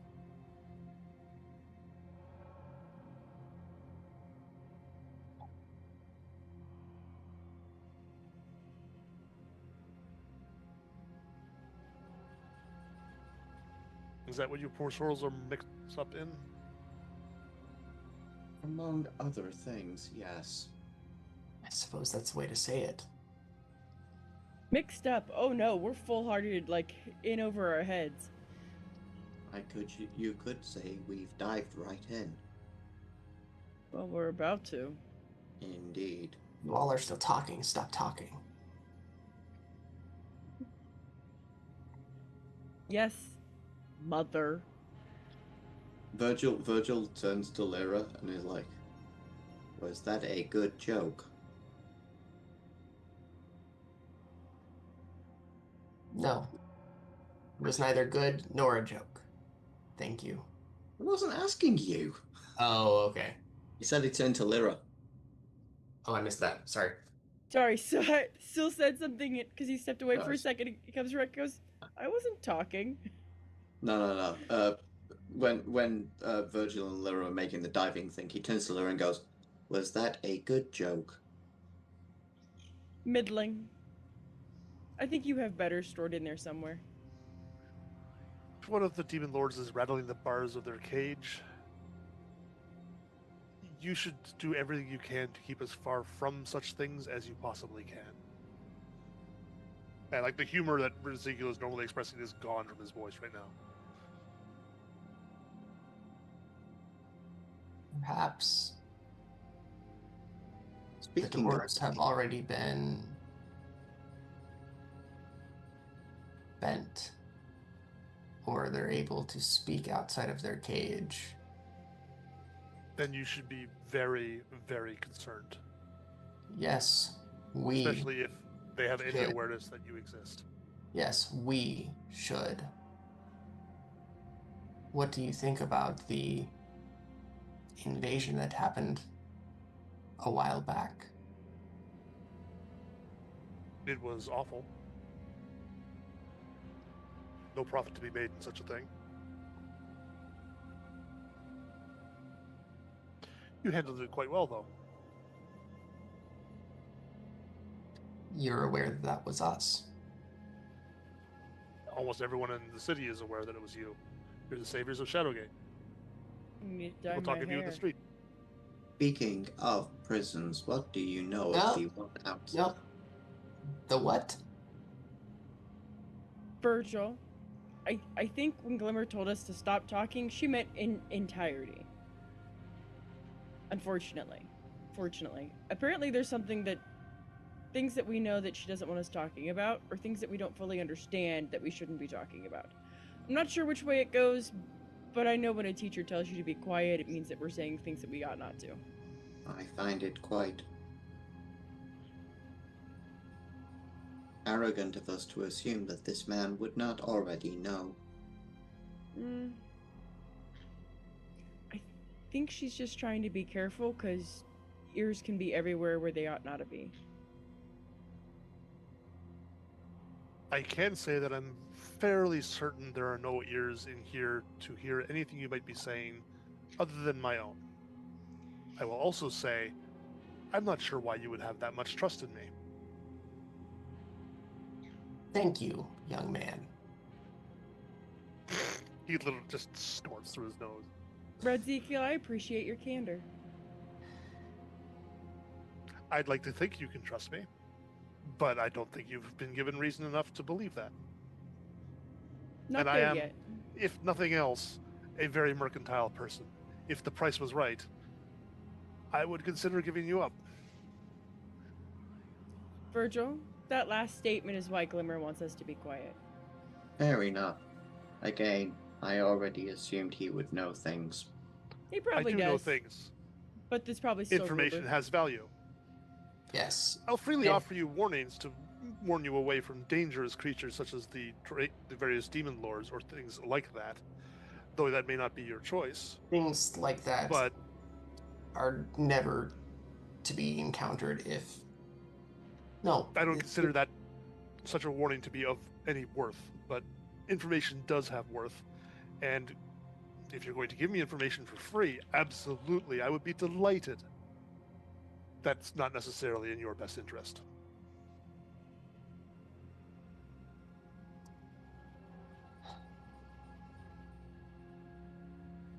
I'm not here to rip anyone off, As I said but I'm not going to not take previously, an opportunity. I would much rather make a friend. I'm hopeful we can be friends. I think you all are on an upward path. And this can be a very mutually profitable connection.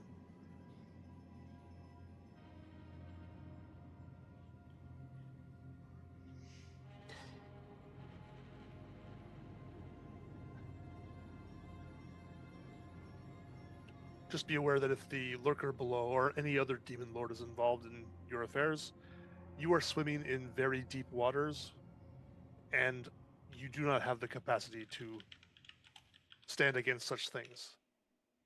you will need to find ways to Yes. increase your scope and power. And even then, And I could perhaps be of help with that.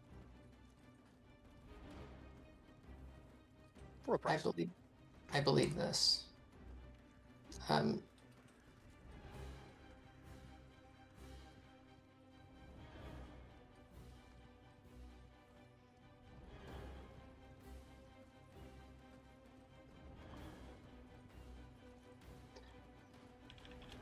Perhaps then I may take some illustrations of things that I encounter in the future, and perhaps I'm not sure what they will be worth, but I think we'd be able to help each other because clearly, if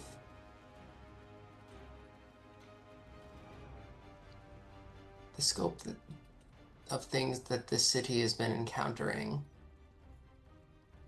is any trend, it will be mutually beneficial for both of us to help each other.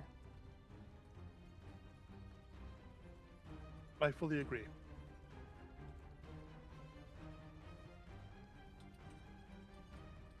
Just be careful who you call friend.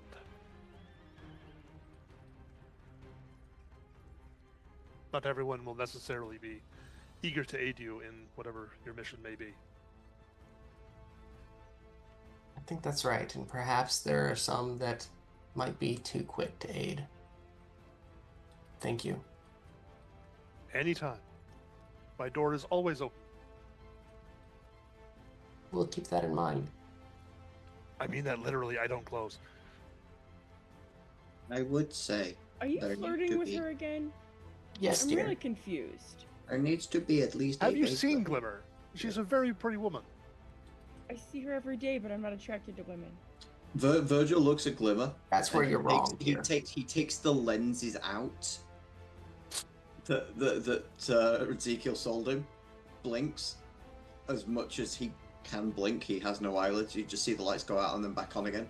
Puts the lenses back in and goes,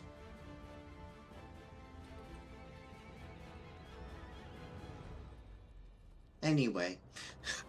Yes, feel free to leave. Red Ezekiel, I have one other item if you're able to acquire it. This one I know is not a myth. A ring of spell storing? I don't need it You right know- away. I just saw one. One moment. And he dashes back, and in half a second, he comes back out and puts a ring down on the desk. This is legitimately one of the items I rolled up, which didn't fit the demands you guys were pulling out earlier. Oh, that's funny. That's a sweet item. What ring was it, sorry? Ring of of spell spell storing. storing. Nice. How much? And like she's literally like almost certain it's not in her budget.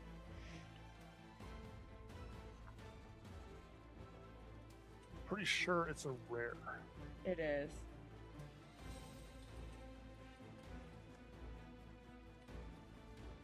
Yeah. So, yeah, I would have to be asking 5,000 gold or equivalent value in exchange.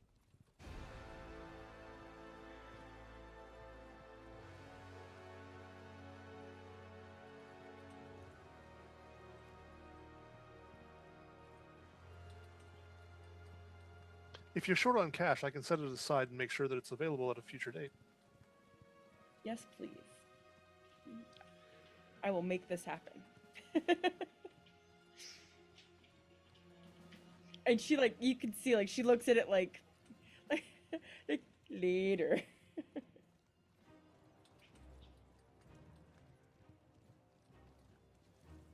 I was writing a note so I don't forget that if it comes up again. And he'll very well, and he'll walk the item back into the through the beauty curtain, and you hear him rummaging around and put it Instead somewhere. of just chucking it. Yep. Gotta remember where to find this one. I feel like every time he throws something, he's like, "That's a problem for future me." Chucking it's a restock. That one had to go into layaway. I think the only thing I didn't ask for in total was magical footwear, but I will always be back.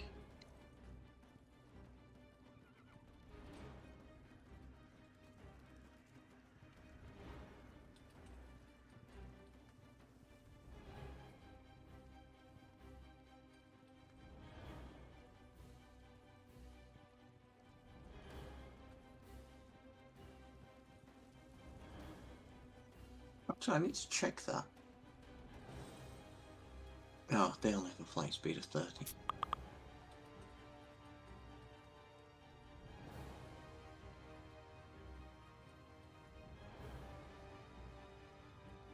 Would there be anything else?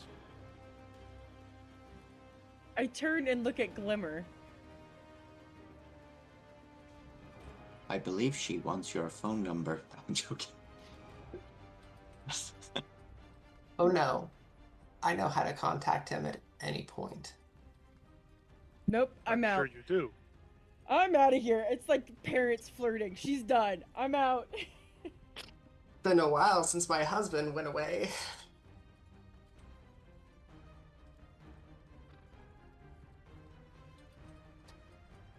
No, thank you for being so thoughtful, though I know it was in self-interest, but I'm sure we'll see each other again. I definitely hope so.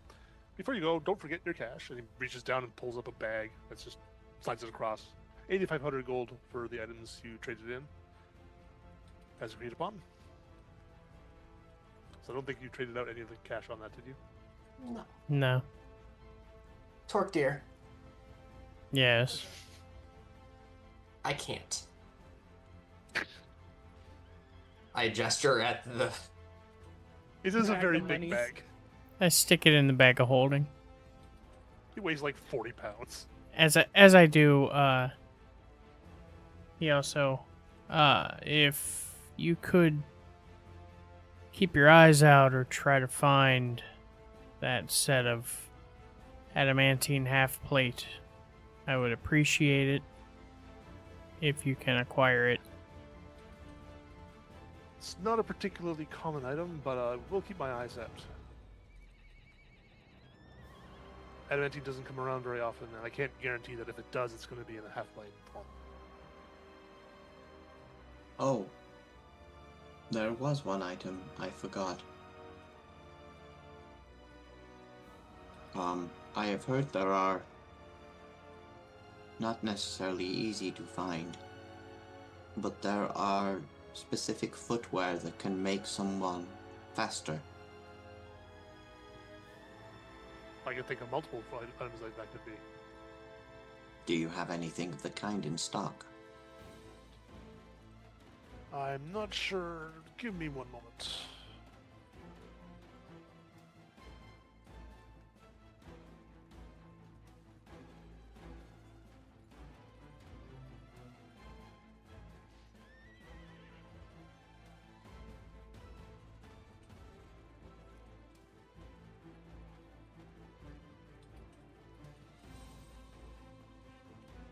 I know boots of speed are rare, so that'll be tricky to get hold of.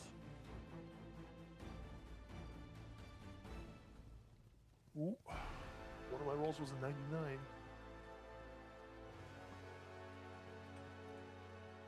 I don't know where those things are. I just know that it's interesting. Wait, what's a 99? I don't know. Oh, It's a high number. shit.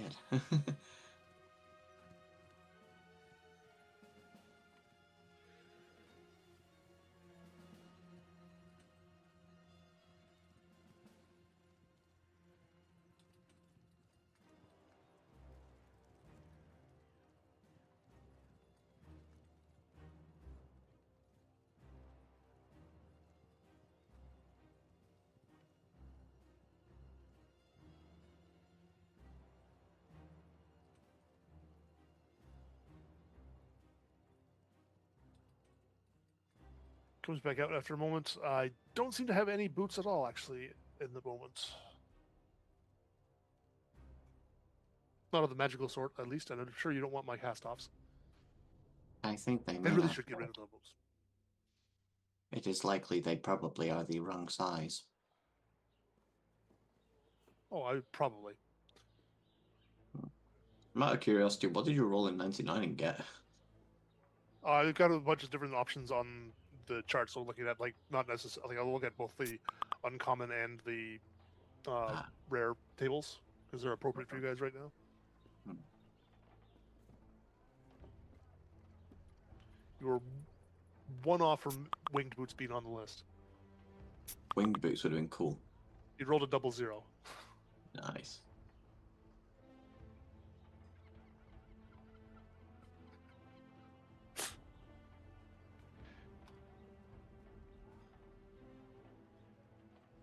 Nah, I'm good then. That was all.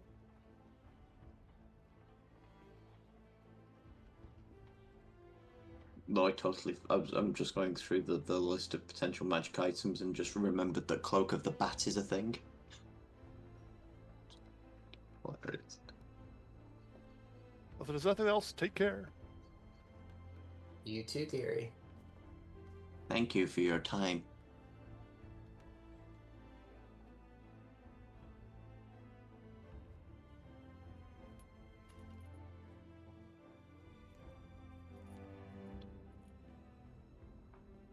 Um, one thing I would like to do while we're in town, um, is I would like to find I believe they're called the Red Lions, right? Um, I would like to quickly make a copy of a picture of the lurker below, or the spawn of the lurker, and like roll it up, seal it, and say, go up to one of them and say, I know you know who we are, who I am. I'd like to have this please delivered to the Duke. You're muted. By all means, because like they clearly recognize you guys when you walk up, and like, what is this about? And Something he's asked us to look at. fair enough. I'll make sure he gets it. Very well. And I would send a message, or use sending to say, I am sending drawing of lurker spawn with one of your people. It's Take gone. it back. Yeah, it's gone, but worth the update. All you get back is a terse noted.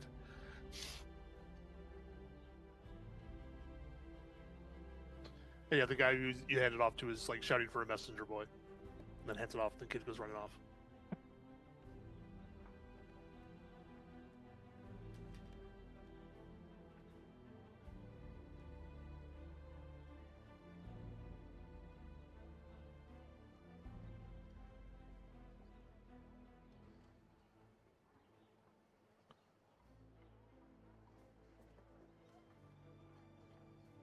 Is there any other business anyone wanted to take care of? Nope. Then I guess we can head back to the Bastion. And the rest of the 2 weeks will finally come to an end.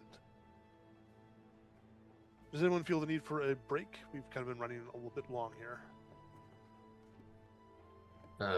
Up to everyone else, I'm okay, but I'm also open to 5 minutes or whatever. Technically, I've only been playing for an hour and 43 minutes, so I'm good. Sure. Let's take a quick 5-minute break. Yeah. I need a quick something myself. And we'll come Okay. back and get into the next section.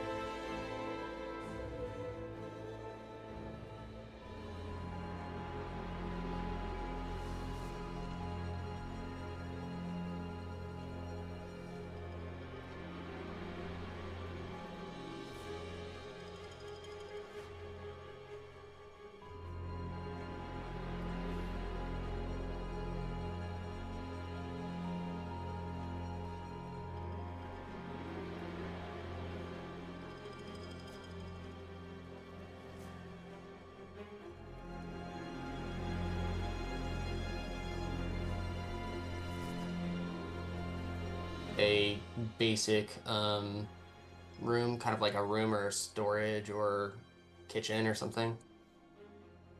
Good to know. It's pillars, and you could set up awnings over the pillars or something like that if you want to keep out rain and such. Why is So it doors not could be letting up. me outside? I can't move my piece. You have to make sure you navigate between the walls. Oh my god, you have to. You can't just drag Yep. through a wall. Yep. That's so. Okay. It's a wall. You can't walk through walls. And you have to pause at every doorway. Uh-huh. That's kind of frustrating, but Yeah.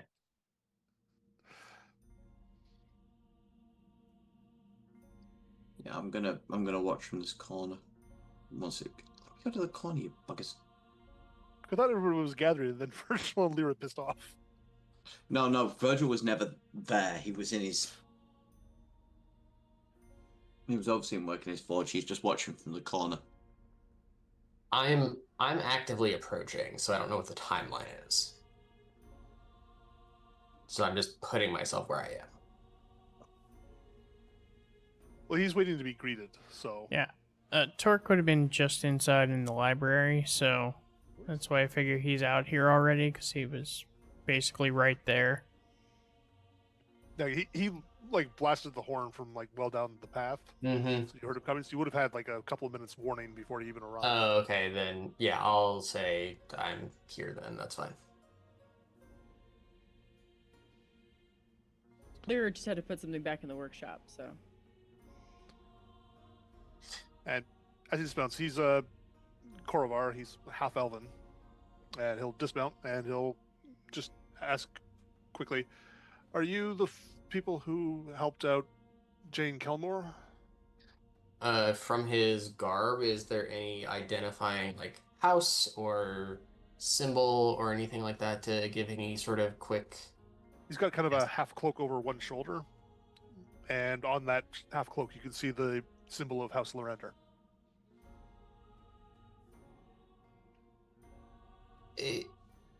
Who is asking? I'm a messenger from House Lorender, from Jericho Kilmore, or Jericho de Lorender specifically. A message from Jericho, you say? Yes, I Speak just your want to be sure I'm message. talking to the right people. Oh, very well then. Yes, we recently, but we did recently embark on a voyage with Jane. Yes. In that case,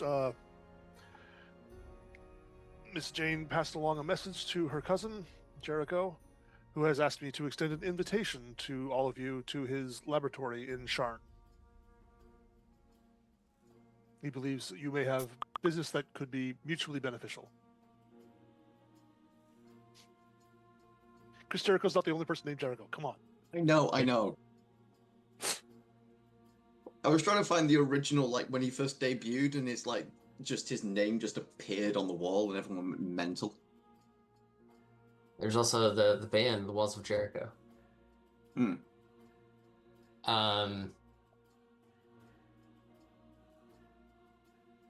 Very good. Where in Sharn shall we find your employer?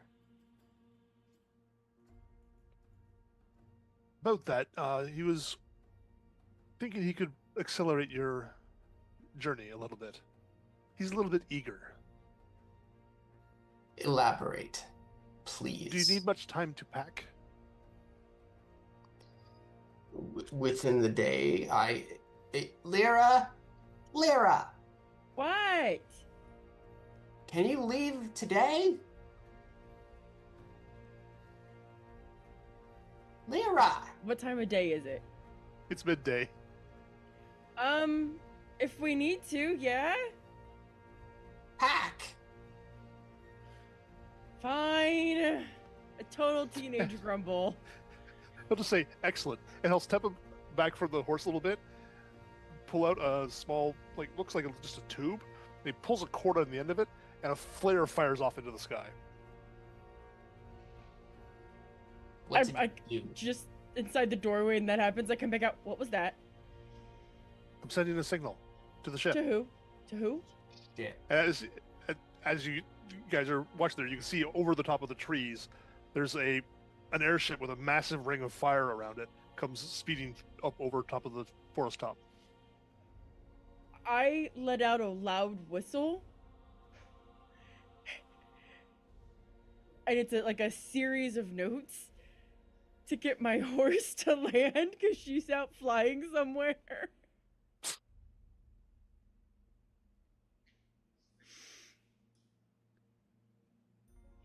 I think it's visible, but it's coming like swiftly, but it's still gonna be a few minutes before the ship arrives. We may need to pack warmly.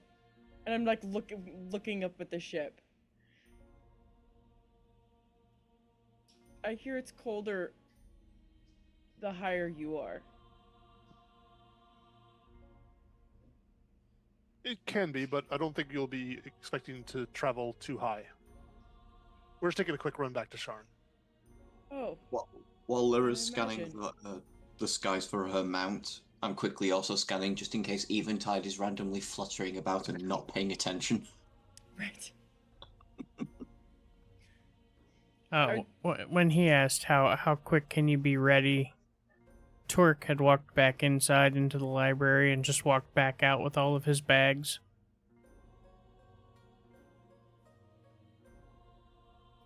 Hey, Torque dear, can you please go up to my room and get my bag? I got it. I'm heading up there anyway. Thank you. Virgil just grabs his backpack and his quiver.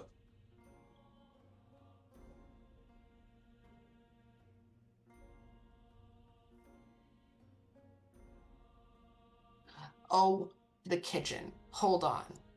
And Glimmer will basically go in and get rations. Yeah. As Glimmer's heading into the kitchen, I've got her bag on one shoulder, my bag on the other. I look like a pack mule. And I bring them both outside. I resemble that remark. How many bags does Torque have?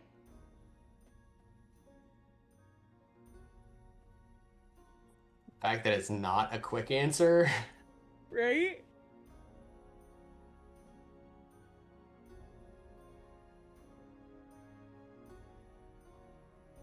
I didn't think that it was gonna take this long to find out how many bags you have.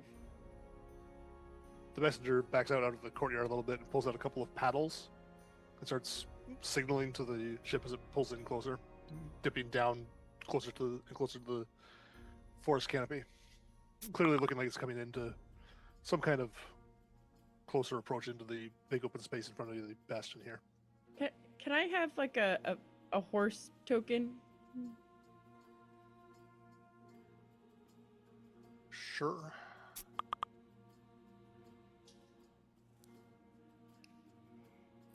I used to have multiple. The bag of holding allowed me to condense everything into just the bag of holding and my belt pouch.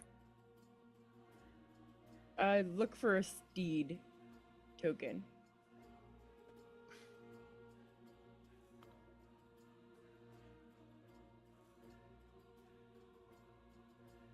Nope, it has a steel crane character that it wants me to use. Why? That's horse hockey. Yeah, maybe look up horse hockey. Yeah. Oh wait, I've got a filter on. That's why it's not showing up. Why is there a filter on?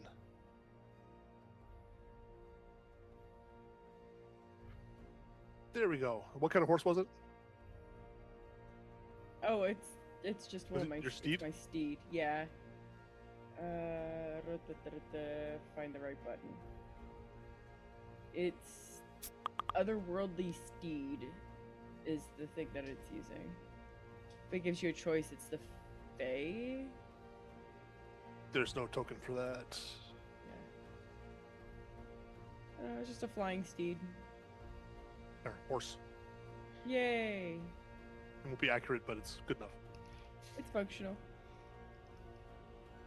She just comes to a stop like there-ish. So I've got like my bag, Glimmer's bag, and a horse, and I'm petting the horse, and like the draft horse is off over here somewhere grazing.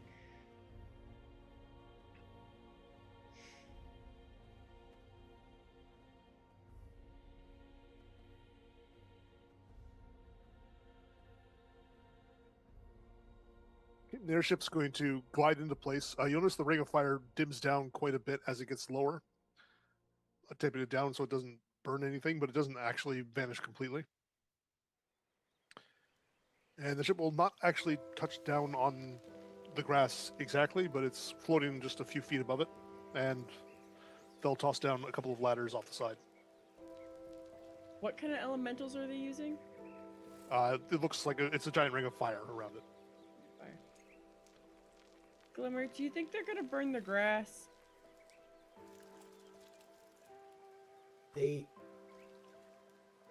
Can I assume some knowledge about airships because I have a high arcana? Yeah, you know some basics. Okay. No, they will only burn it if they intend to burn it. Fascinating. And like Lyra is completely mesmerized while she's petting her horse, watching this ship land. Oh, Like some of you have probably seen airships. This one looks like a relatively small version of one. It's not tiny by any means, but it's not like the usual size of most of the Lorendra airships. It's more like some kind of fast-paced courier.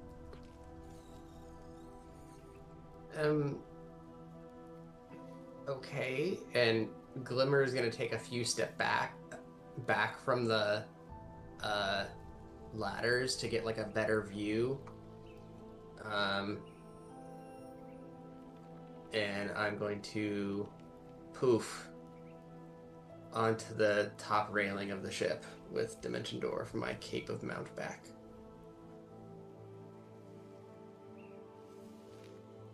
And then, like, ease myself, sit on the railing, and set my feet on the ship. Did Glimmer take her bag from me, or am I still taking that? You still have it. Okay.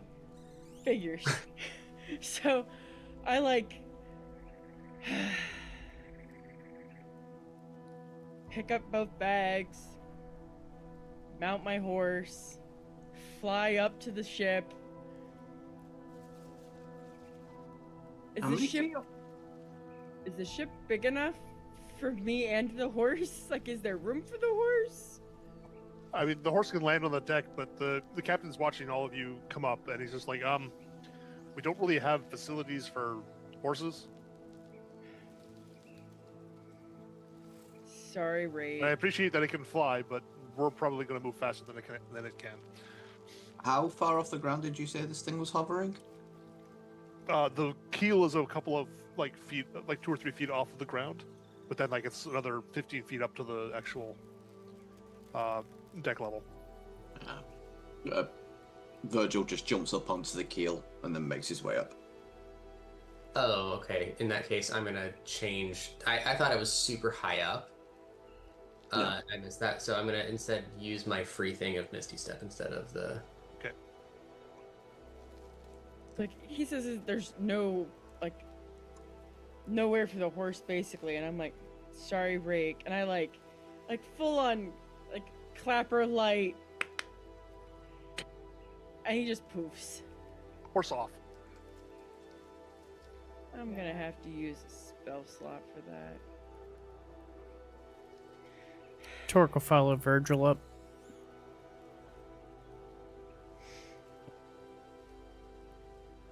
Hey, welcome aboard, everyone. We're going to make a quick trip back to Sharn, and we'll get you down to see Master Jericho as soon as we get back. Should be a 5-ish hour trip, as long as the weather's with us. 5? She's a fast ship. They said we were gonna go fast and it was gonna be quick, so Holy shit, this is a fucking airplane. this is like legit. Like I said, your horse was not going to keep pace. No, it's okay. Did you guys not get her see the back when image we in get there. chat? This and her sister ship are the fastest in Lorander's fleet. Is there anywhere Am I we can? correct in thinking that Sharon is like at least 100 miles away, like insane distance? Yeah, Yep, okay. like Is- it was about a week's travel to get to Moonwatch, and Sharn is across the bay from Moonwatch. Did you say It's 100, so slightly further. 100 miles? Yes. I don't know what the actual distance is. It's actually like I think a couple more. hundred miles. I was going to say, it's only 20 miles an hour that the airship would have to move to get there in 5 hours. No, So it's a couple hundred miles. Okay, Yeah. so 40 miles an hour. Or more. Ish. at least, yeah. Is there I'm somewhere we underestimated, I think, actually. somewhere we can put our belongings? For sure, we can- safe- There's plenty of room downstairs. There's open space for passengers. We don't have beds really because the ship usually can't handle moving around for too long, or the elemental gets a little bit antsy. I That's presume fair. at the speed we will be traveling, it is not advisable to stay on the deck. You can stay on the deck if you want, but I would advise against it. The wind can get fairly high. I'm going to go below Yes. deck. If you can see my people, they're all strapping themselves in. You can see all the crew have like cords attached onto hooks that slap onto some of the cords that are flying around the ship. Glimmer. The weather should be clear. We shouldn't face much turbulence, but it's going to be a speedy ride.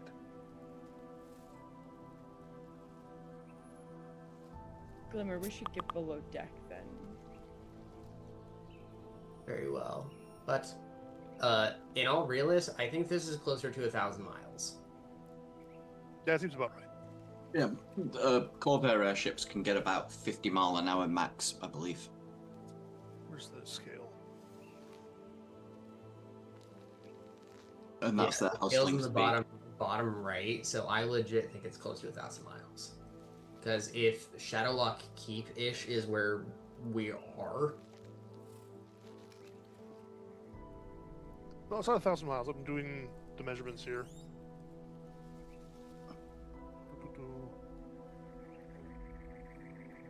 Which ship is this? Is this the Lightning Rail? no, this is an airship. Lightning Rail's a train. Oh, alright, yeah. No, it's more like 300 miles, I think. Oh, okay. Yeah, 5 hours is doable. Gonna go 60 miles an hour, that's absolutely burning this elemental out, though.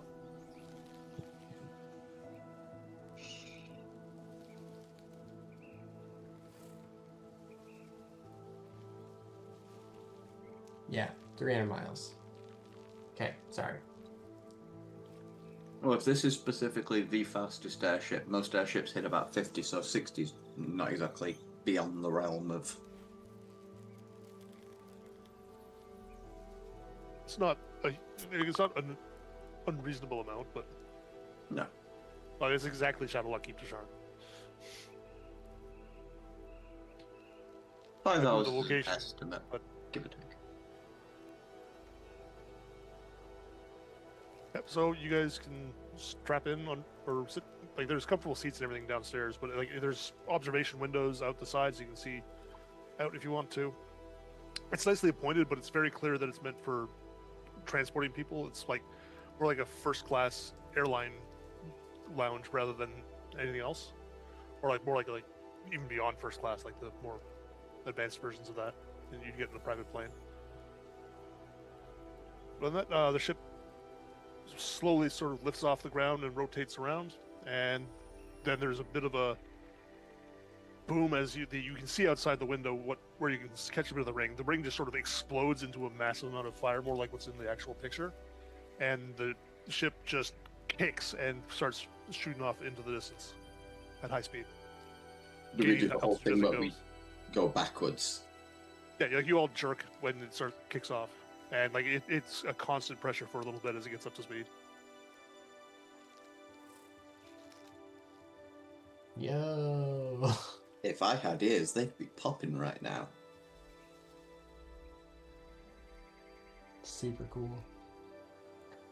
We need to get one of these before the end of this campaign. I don't care how much they cost. We're saving Oh, up. if my husband could see this now, he'd never believe it. I'm pretty sure the price is set at about 40,000 gold. At least. We could totally buy one of these. We're a quarter of the way there. I was gonna say, you just keep making a few more. We're over scrolls. half. Yeah, If we needed to be, you just keep making scrolls. We'll be there in a week. Oh, scrolls make zero money. Oh, okay. It's negative money. Oh, okay.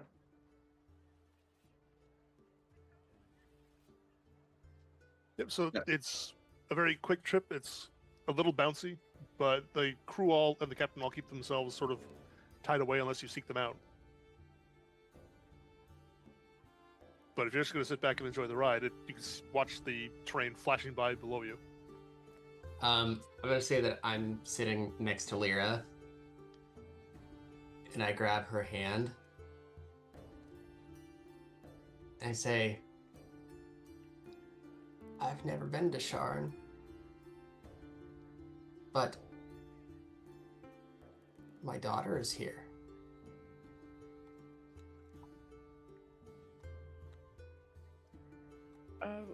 Which one? Nope, that's not the notes I need. I'm still trying to find us on the map, so it's good. We're not. Are you meaning on the interactive map that I That linked? you linked, yeah. So if you are all the way zoomed out, it is the Corvair middle top continent. And when you start to zoom into that, you're going to be looking for the equivalent of Arizona. It looks like kind of a river that has a sword in it. It looks kind of like a wiggly sword, and like the bay at the bottom of it is called the hilt, even. Okay. And then we are going to, if this is the hilt, what is like right here. Right, so Sharn's where we're going. Yes. Trying to figure out where our keep, where we were. Oh, directly northwest, 2 towns away, Shadowluck Keep is. Our true town does not exist. Right. I We're in invented that Shadowgate area. and moved it slightly north, so it's actually in the Greywall Mountains, but Right. it's based around the Shadowlock Keep marker on the map. Okay.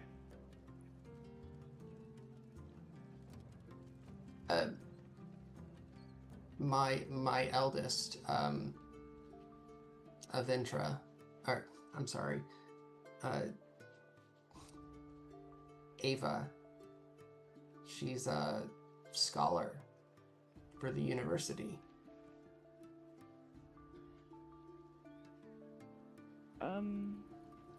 Will she be happy to see you?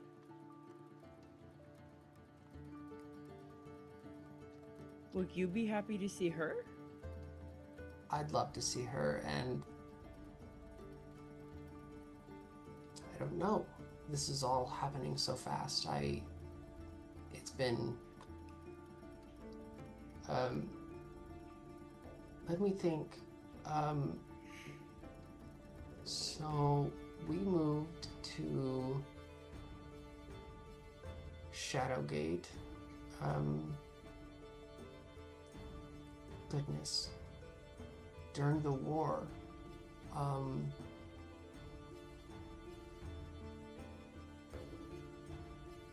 She's never been there.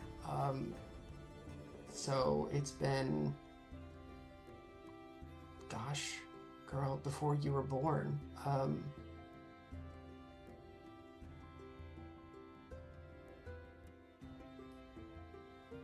Sorry, I'm like, didn't expect this, and I'm trying to make this relevant. Uh-huh.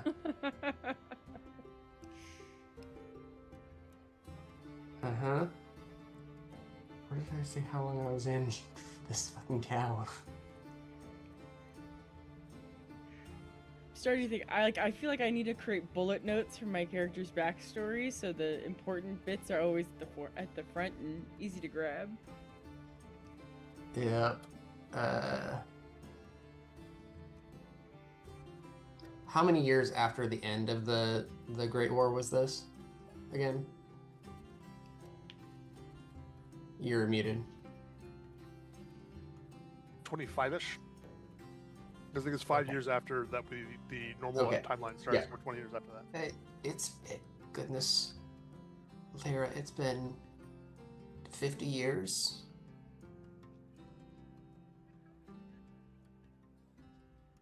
Since I've actually seen her. I've spoken in letter, and sometimes she would hire a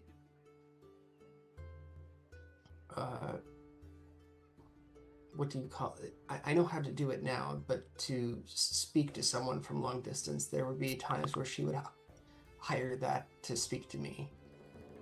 But it's been quite a time.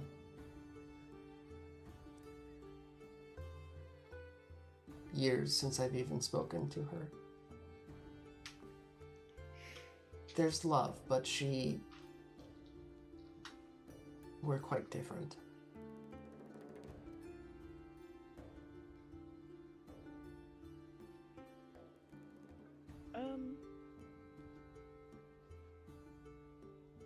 Are you going to try to see her while we're there? I mean, we're here. Uh-huh. That would seem right. Would. If I had family that I could visit, I'd like to think I would try to make a point of seeing them as often as possible. But I don't know, like, I don't have that, so I don't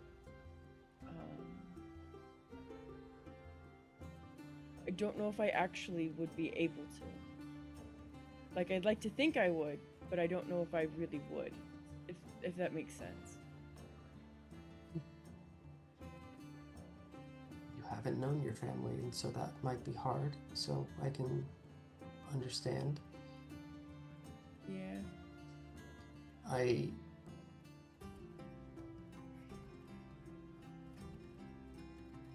We live a long time, and so I don't know how long this might seem to someone of the equivalent of a human.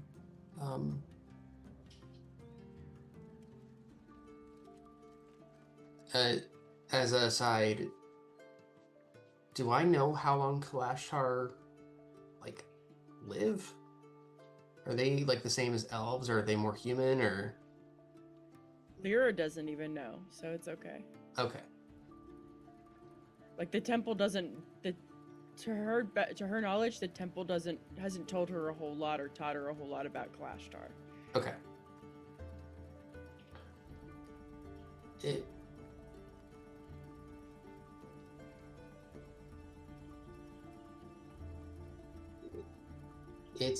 It's been a time.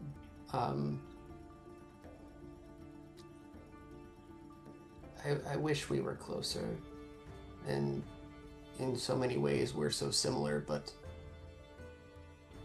view things a bit too differently. There's a lot of uncertainty in the world, and you might see things in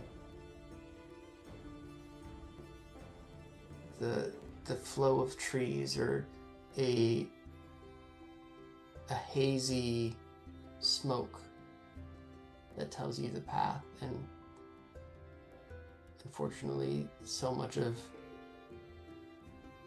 these uncertainties have come true for us. And my eldest,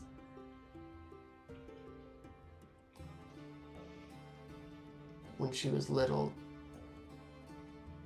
she would question the fairy tales that we would tell her to get her to go to bed.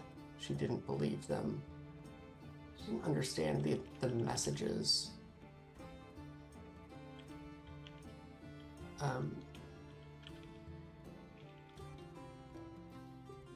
She always thought it was ridiculous. Such things didn't exist, so why tell a story about it? And so she was always difficult from an early age. And that didn't stop. It's not why I'm here, but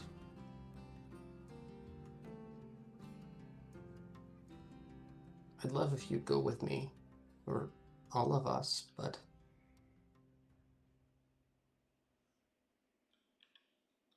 I don't see why not. I mean, it's not like we're gonna be that busy. We can always. I assume we can. No, it's not the right way. We should always make time for family. I can always message her, but But you haven't hugged her in a long time. now that I know how to speak at a distance, it feels invasive. It's one thing to communicate long distance, or I'm gonna say remotely.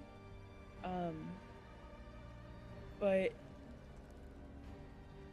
there's something about this, and she holds up where your hand and her hand are touching, that makes connecting better.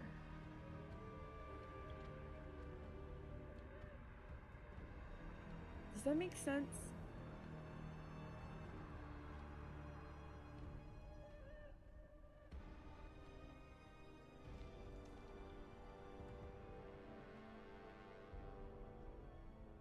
I don't know.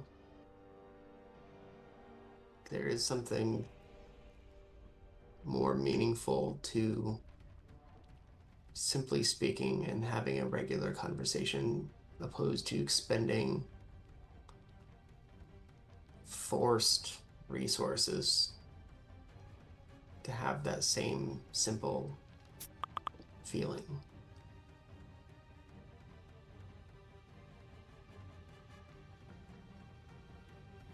I don't know, like,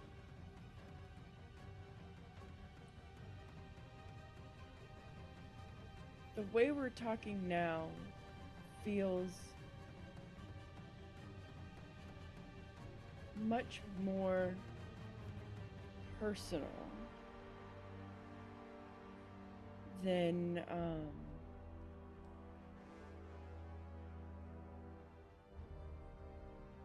and Lyra does her mind link and says, then talking like this without connection.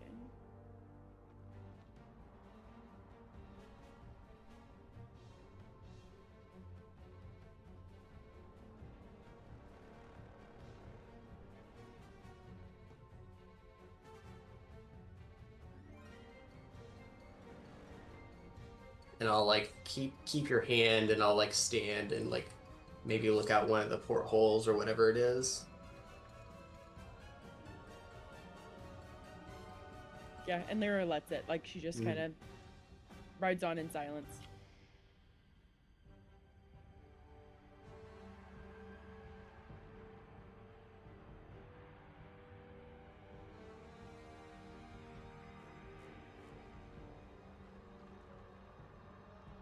You're muted.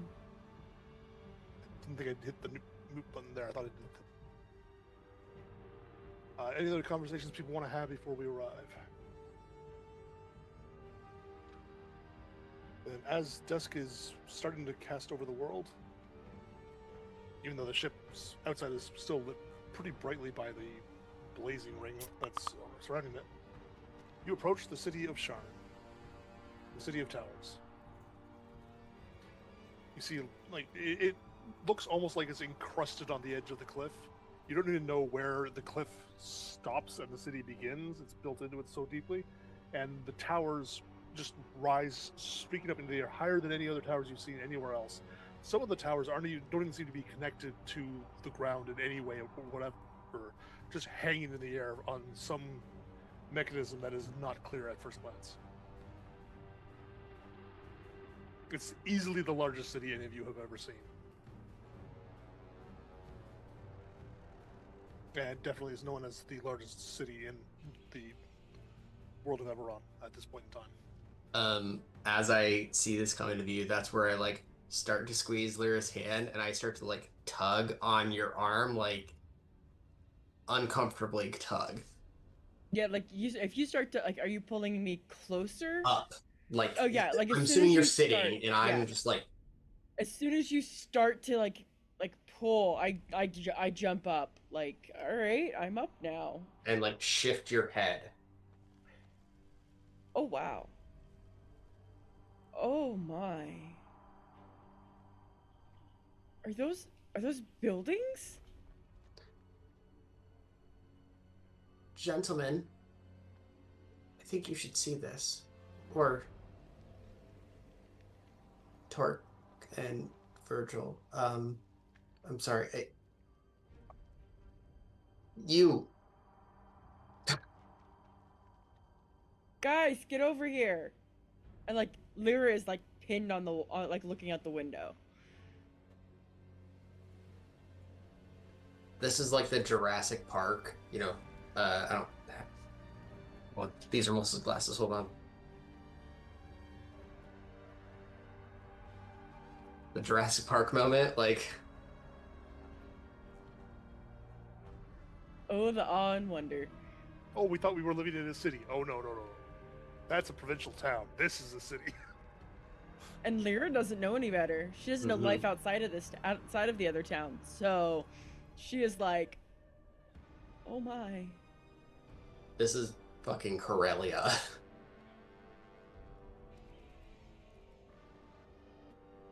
Honestly, it's not a bad comparison because there's like levels and levels and levels to Sharn too.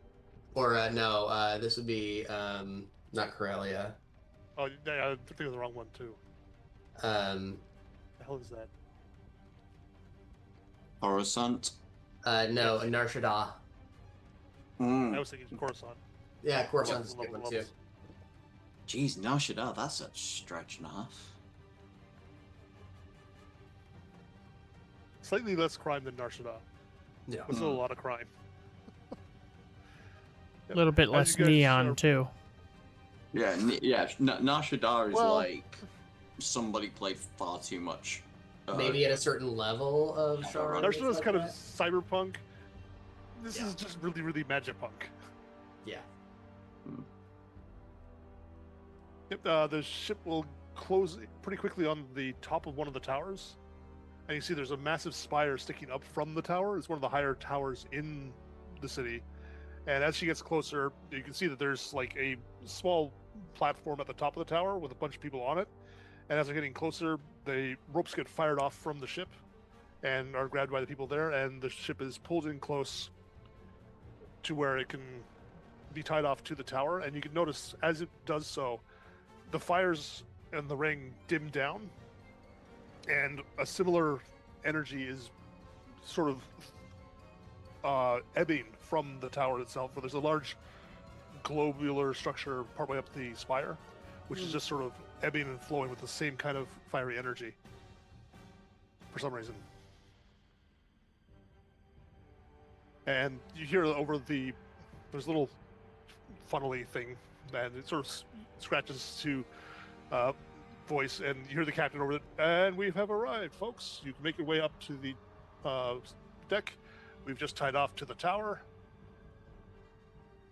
The elemental is Remain nicely seated until pacifized. the light turns off, and thank you for flying Air Lyrandar. And you'll be met on the stage so you can find your way down to, I assume, Jericho's laboratories. Those are unfortunately not near the top of the tower. They're down quite a ways, but you'll enjoy the trip down, I'm sure.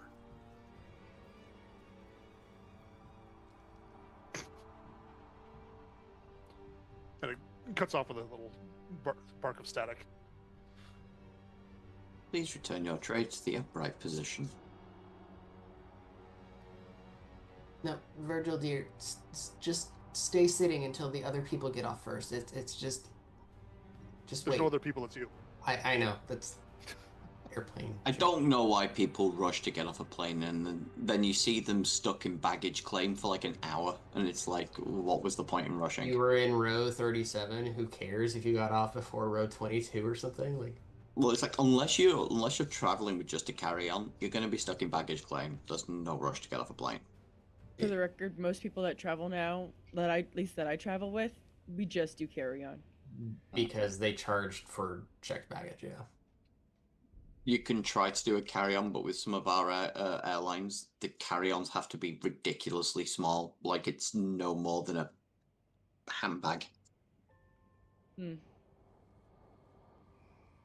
mine's not Why much bigger than a backpack. Oh, I can't even use my backpack with Ryanair or EasyJet. It's too big.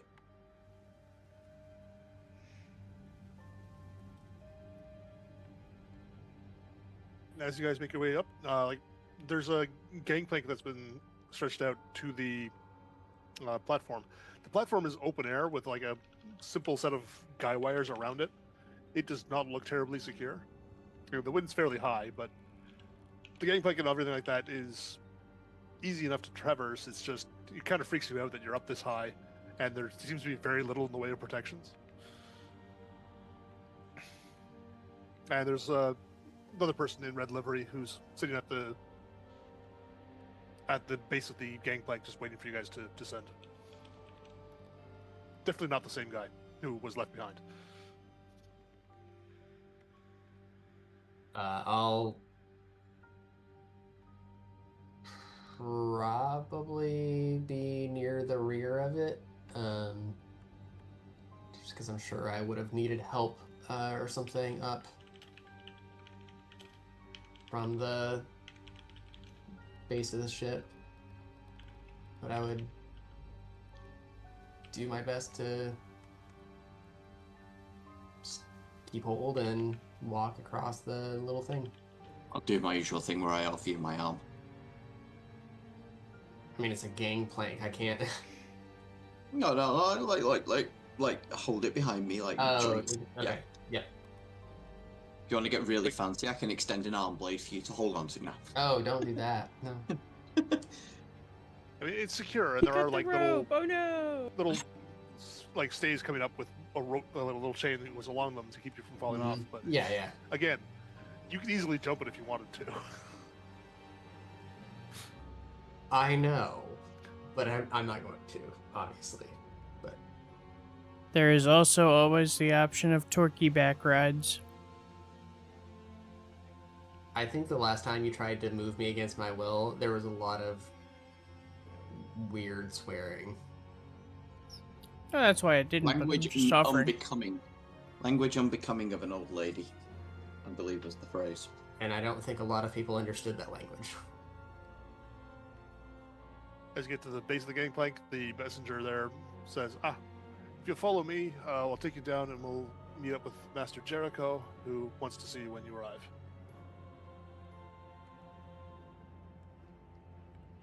Bring your things, Great. we'll have rooms for you later on, but he wants to meet with you first. I will grab my bag from Lyra finally. I can keep carrying it if you want. It doesn't weigh much. It's okay. I have a few things in here, and it's a new place that I like to keep at hand, Okay. just in case. Thank you, love. I hand it over. He walks all of you over to the base of the spire, where it's not even a door, it's just an archway. And the spire itself is only about 10 feet across at this point. So like, it's clearly not very big, but inside, like, he leads you towards the entrance. There's a small platform on the inside, like maybe 2 or 3 feet square. And then it's just an open passage all the way down. You don't really know exactly how far down, but you have to assume it's hundreds of feet. And I like gently grab his arm. pardon, dear. Can you explain? First time to Sharn? Yes. See, Sharn is a relatively weak point between this and the elemental plane of air, and all kinds of weird stuff happens. And it makes for a lot of interesting effects, such as, and he just steps out and slowly starts to fall down, but not dangerously rapidly. Mind the first step.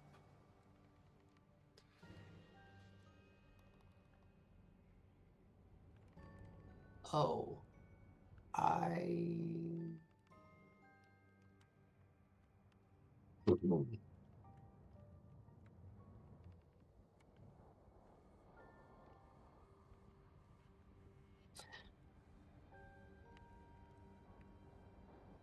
I turn.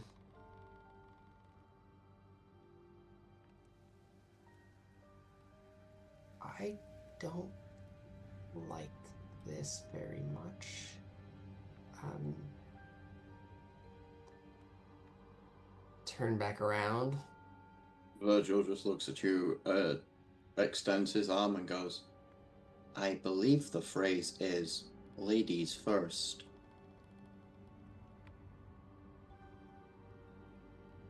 Mm-hmm. Then I grab hold.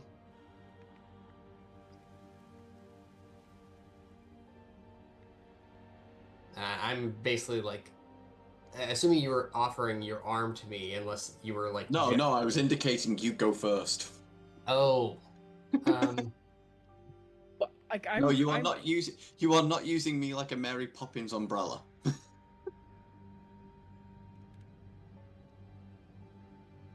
Well, I suppose I can magic my way out of this in case I need to.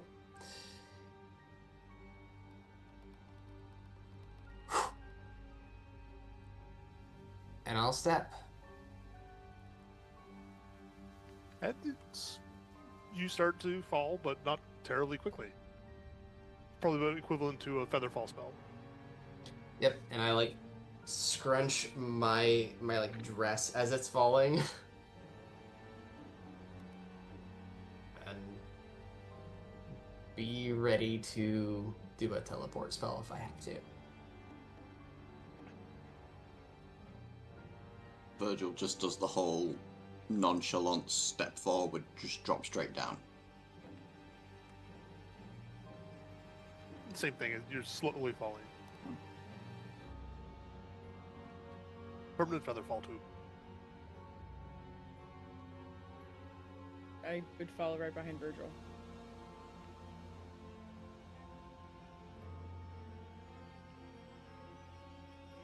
Wait for Tark to be like, nope, not going.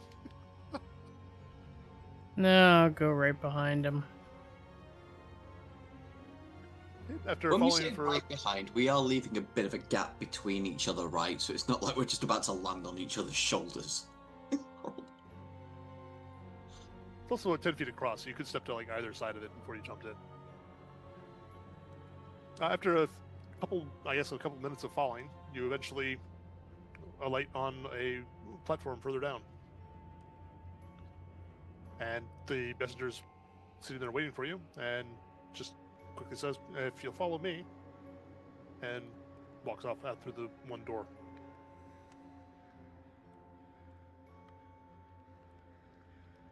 Oh, I hope we don't have to stay here long. I wonder if every building has this effect. How high are we still? Is there like another area where you can look out to see how high you are? As you step out of that room, there's like a huge bank of windows. Yeah. So you can see, like, That's where Glimmer would go instinctively. You're not far above the ground, or like what ground level looks like. You don't know if that is ground. It's where it looks like streets are. You're maybe a couple of floors up from that.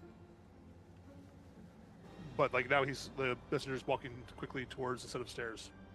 Like a really wide set of stairs that seems like a grand staircase for business purposes kind of thing. And there's other people who are rushing around. Most of them in Loranda are livery or something similar.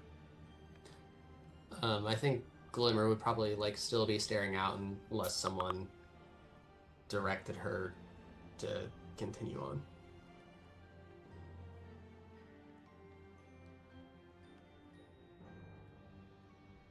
The messenger will spin around as he reaches the staircase, say, Master Jericho really needs to talk to you as quickly as possible so we can get this sorted. If you follow me.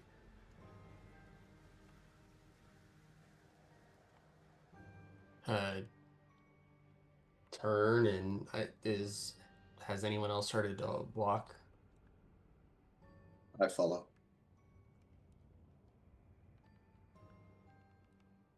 I wait for Glimmer to move before I move. Then yeah, if I see Virgil going, then I'll start again.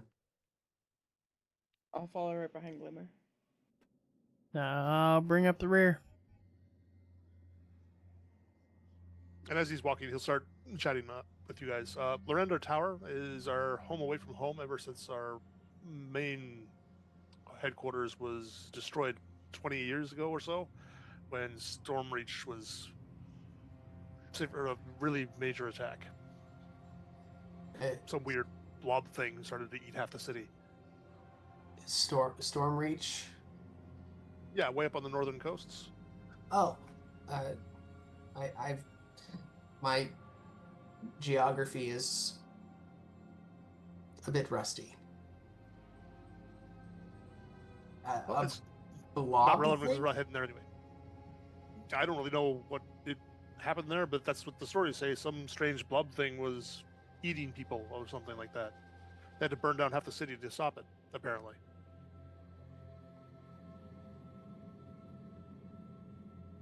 As players, you may realize what he's talking about.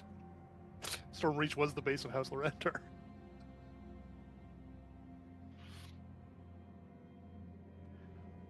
I'm just thinking blob things that devour everything. We've faced a couple of those kind of things already.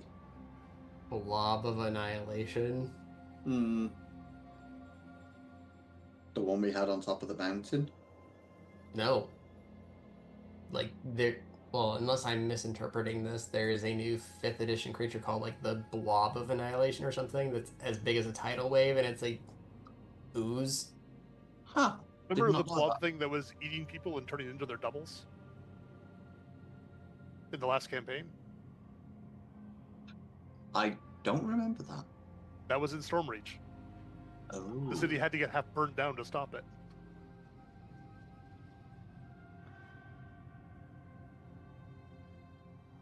I'd forgotten all about that. Yeah, that's not the Fresh. blob of annihilation. That's a very different thing. Yeah. It was an Oplex, I think, that I adjusted slightly for that. But either way, that was 20 years ago. As he's leading you downward, you head down the main staircase, which sort of has a couple branches off of it and a couple floors.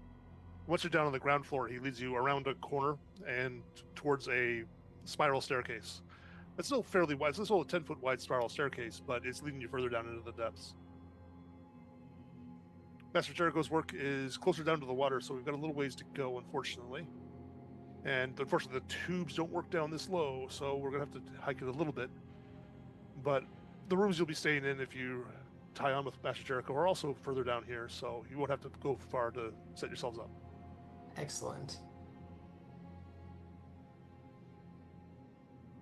And we'll go down a couple more flights of stairs, and then you'll pull off into a really fairly bare bones kind of hallway. It looks like it's built out of either concrete or carved out of stone somehow or something like that.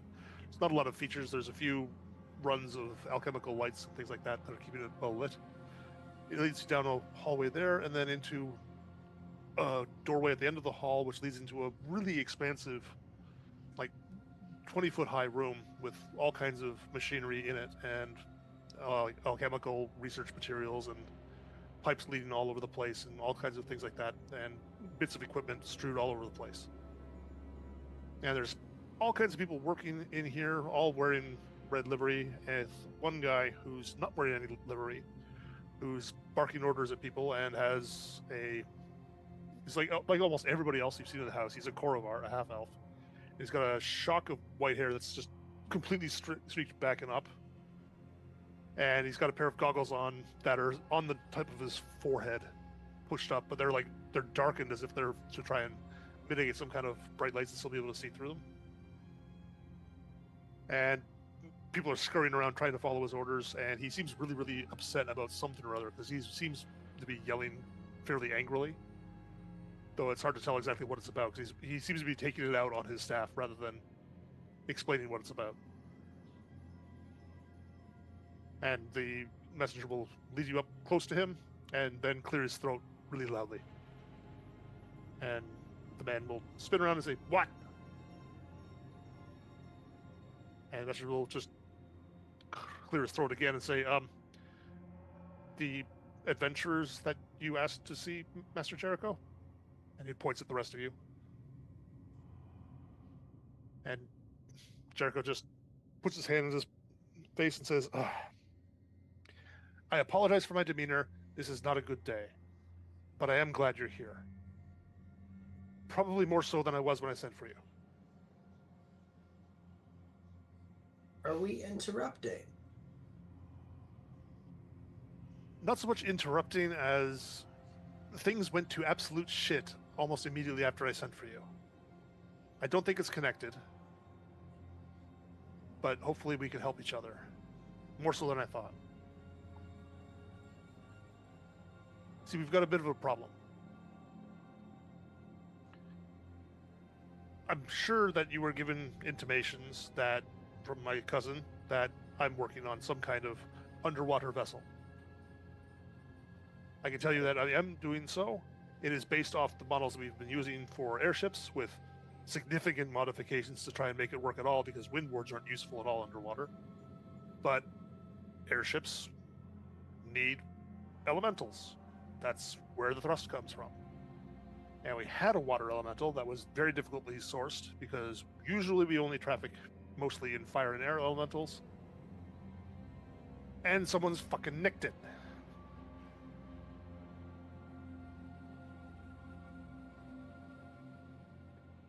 I assumed this is where you are planning to ask us to assist.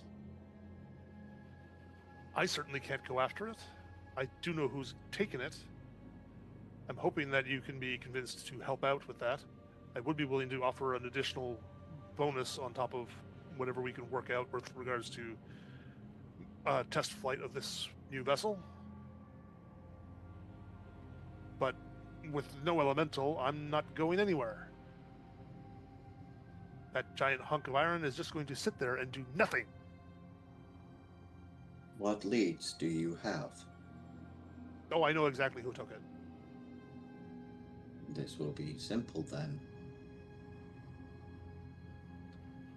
There's a bastard little cultist who thinks elementals should be freed,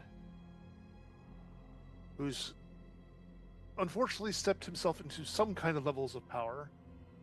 He's always had issues with House Lorandar, and now he's made a move.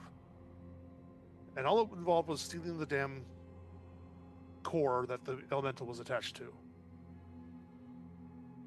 I don't know what he's going to do with it. It can't be anything good. It's certainly not going to help us.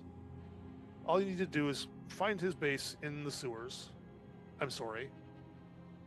And bring back the core.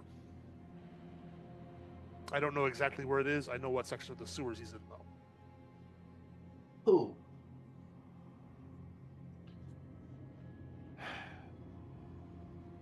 Blythe Lorandar. He's not a member of the family proper. His father was exiled, and he's bitter and a bastard.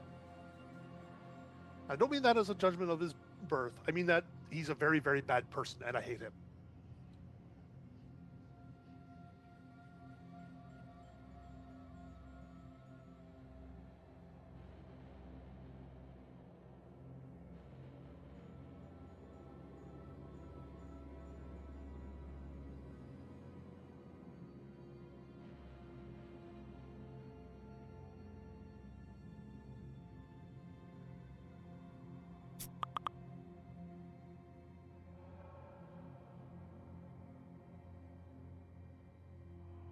The sewers should not be. Yeah, I realized afterwards.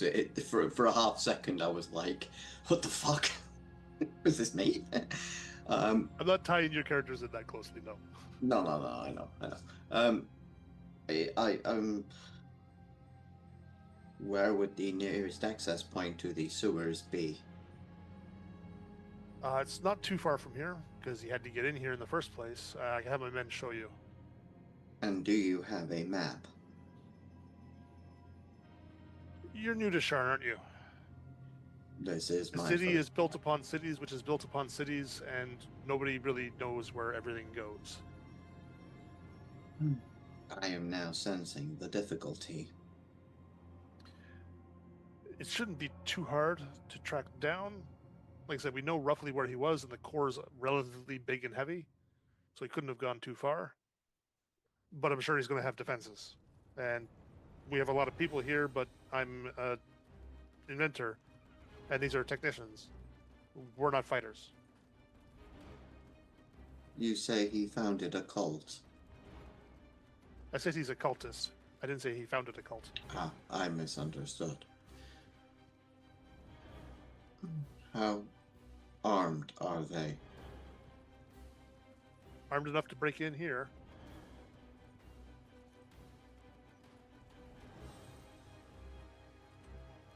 I honestly don't know how to answer the question. On a scale of 1 to 10, 4. Does that mean anything to you? It doesn't mean anything to me. I don't know what. He has magical power that he can use. He's a mage of some ill repute. He's got mercenaries working for him.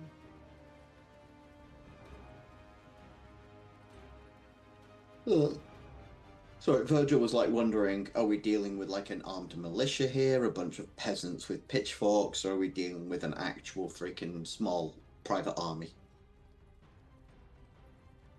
Numbers wise, I think you can take him. Okay.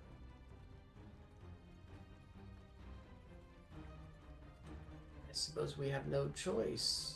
I mean, You can walk away.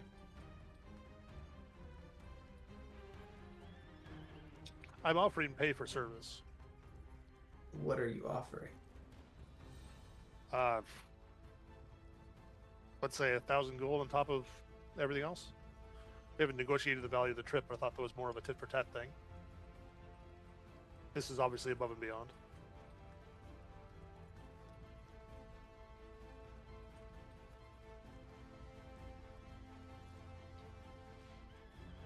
What did you have to do to secure the elemental first? How did it get tied to this thing that we're getting? Broadly speaking, House Lorandar secures elementals from their planes of origin, most typically. They get bound to the cores. Are you asking if the elementals are volunteering? They're not. But they're not. The elementals don't mind. Oh. Elementals want to do what elementals do. Fire elementals want to burn. When we tie one into a coil, into a core, and attach it to an airship, that elemental is now free to burn as much as it wants as part of that ring. So, as near as everything we can tell, the elemental is doing exactly what the elemental wants to do, and it's perfectly happy doing that. It doesn't have any other interests. We have to use the towers to try and keep them calm, because if you push them too far, giving them commands and everything like that, they eventually get irritable and that can be a problem. But as long as you keep them calm and keep them happy, they're perfectly willing to do whatever you ask them to do. Sounds reasonable. We're not harming them.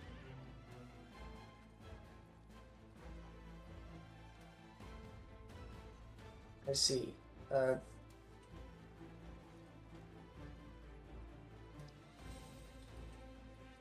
Tell you what, I call this no guarantees, but we can go and investigate, and if we are successful, then wonderful.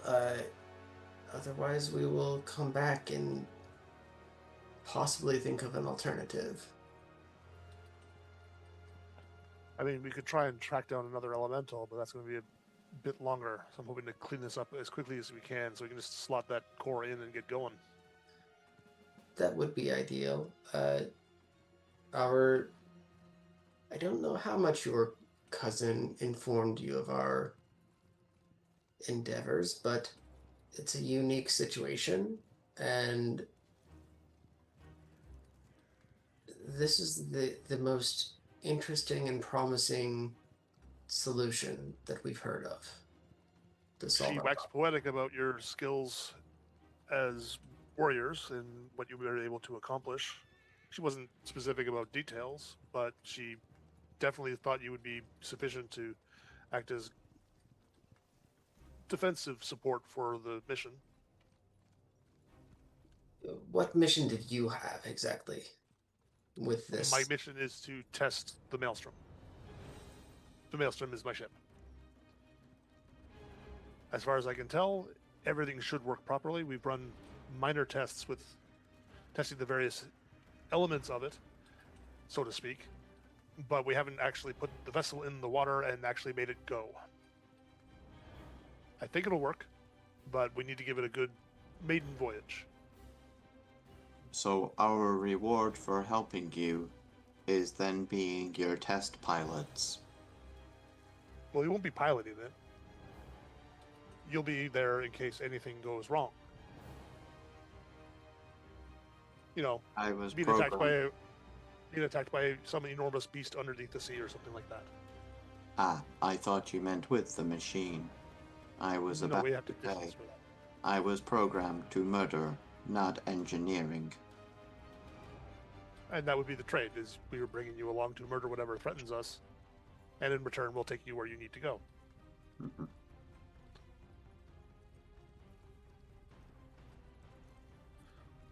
The test voyage doesn't need to have any particular objective other than engaging in travel and making sure that the vessel can stand up to things. So I'm perfectly willing to set the destination based on wherever you need to go.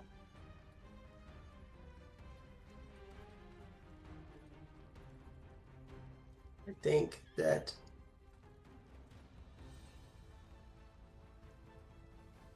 we will go and see what we can do, and I'm sure you'll be seeing us soon. I look forward to it. We'll have rooms ready for you here because I'm sure once you return it should be relatively late. If you don't mind, it is late already.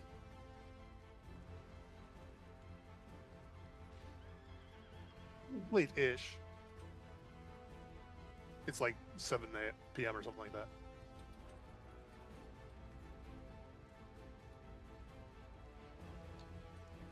Perhaps we can set Do a you few need to? Do you need down. to sleep?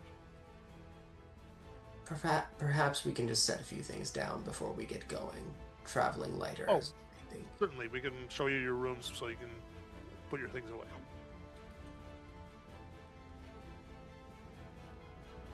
And he'll let out a whistle and summon a guy over.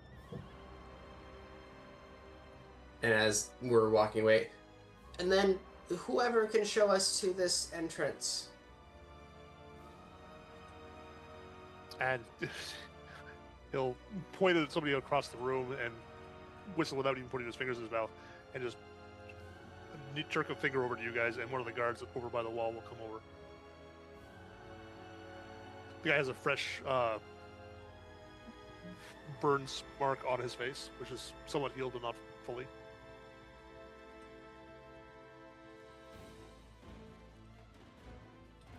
As he gets closer, he'll be like, I saw where the little bastards ran off to. I'll just show you where to get into the sewers from there.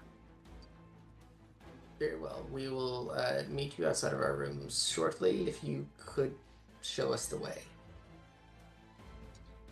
Yep, and he'll take you guys out along the way.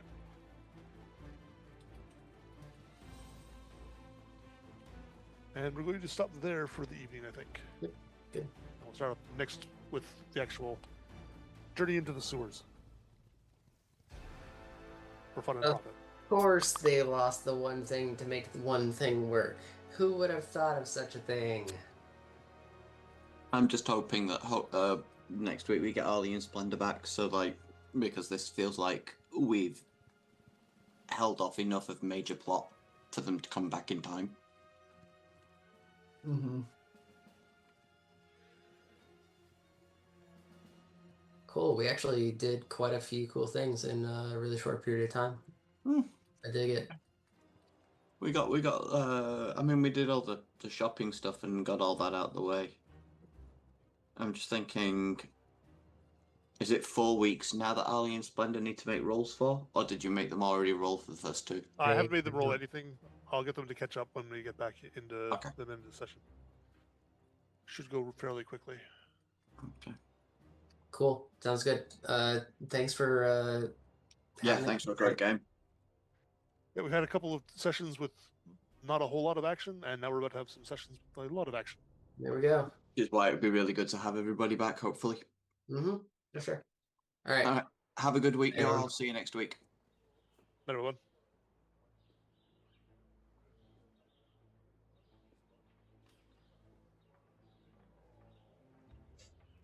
And with that, we are done for the night. I will be back on Tuesday for raid night with hopefully raid night with the EE. Hopefully we'll be back into Mythic.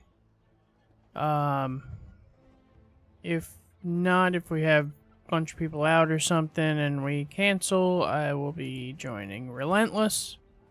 And then Thursday, I'll be running with Relentless. So,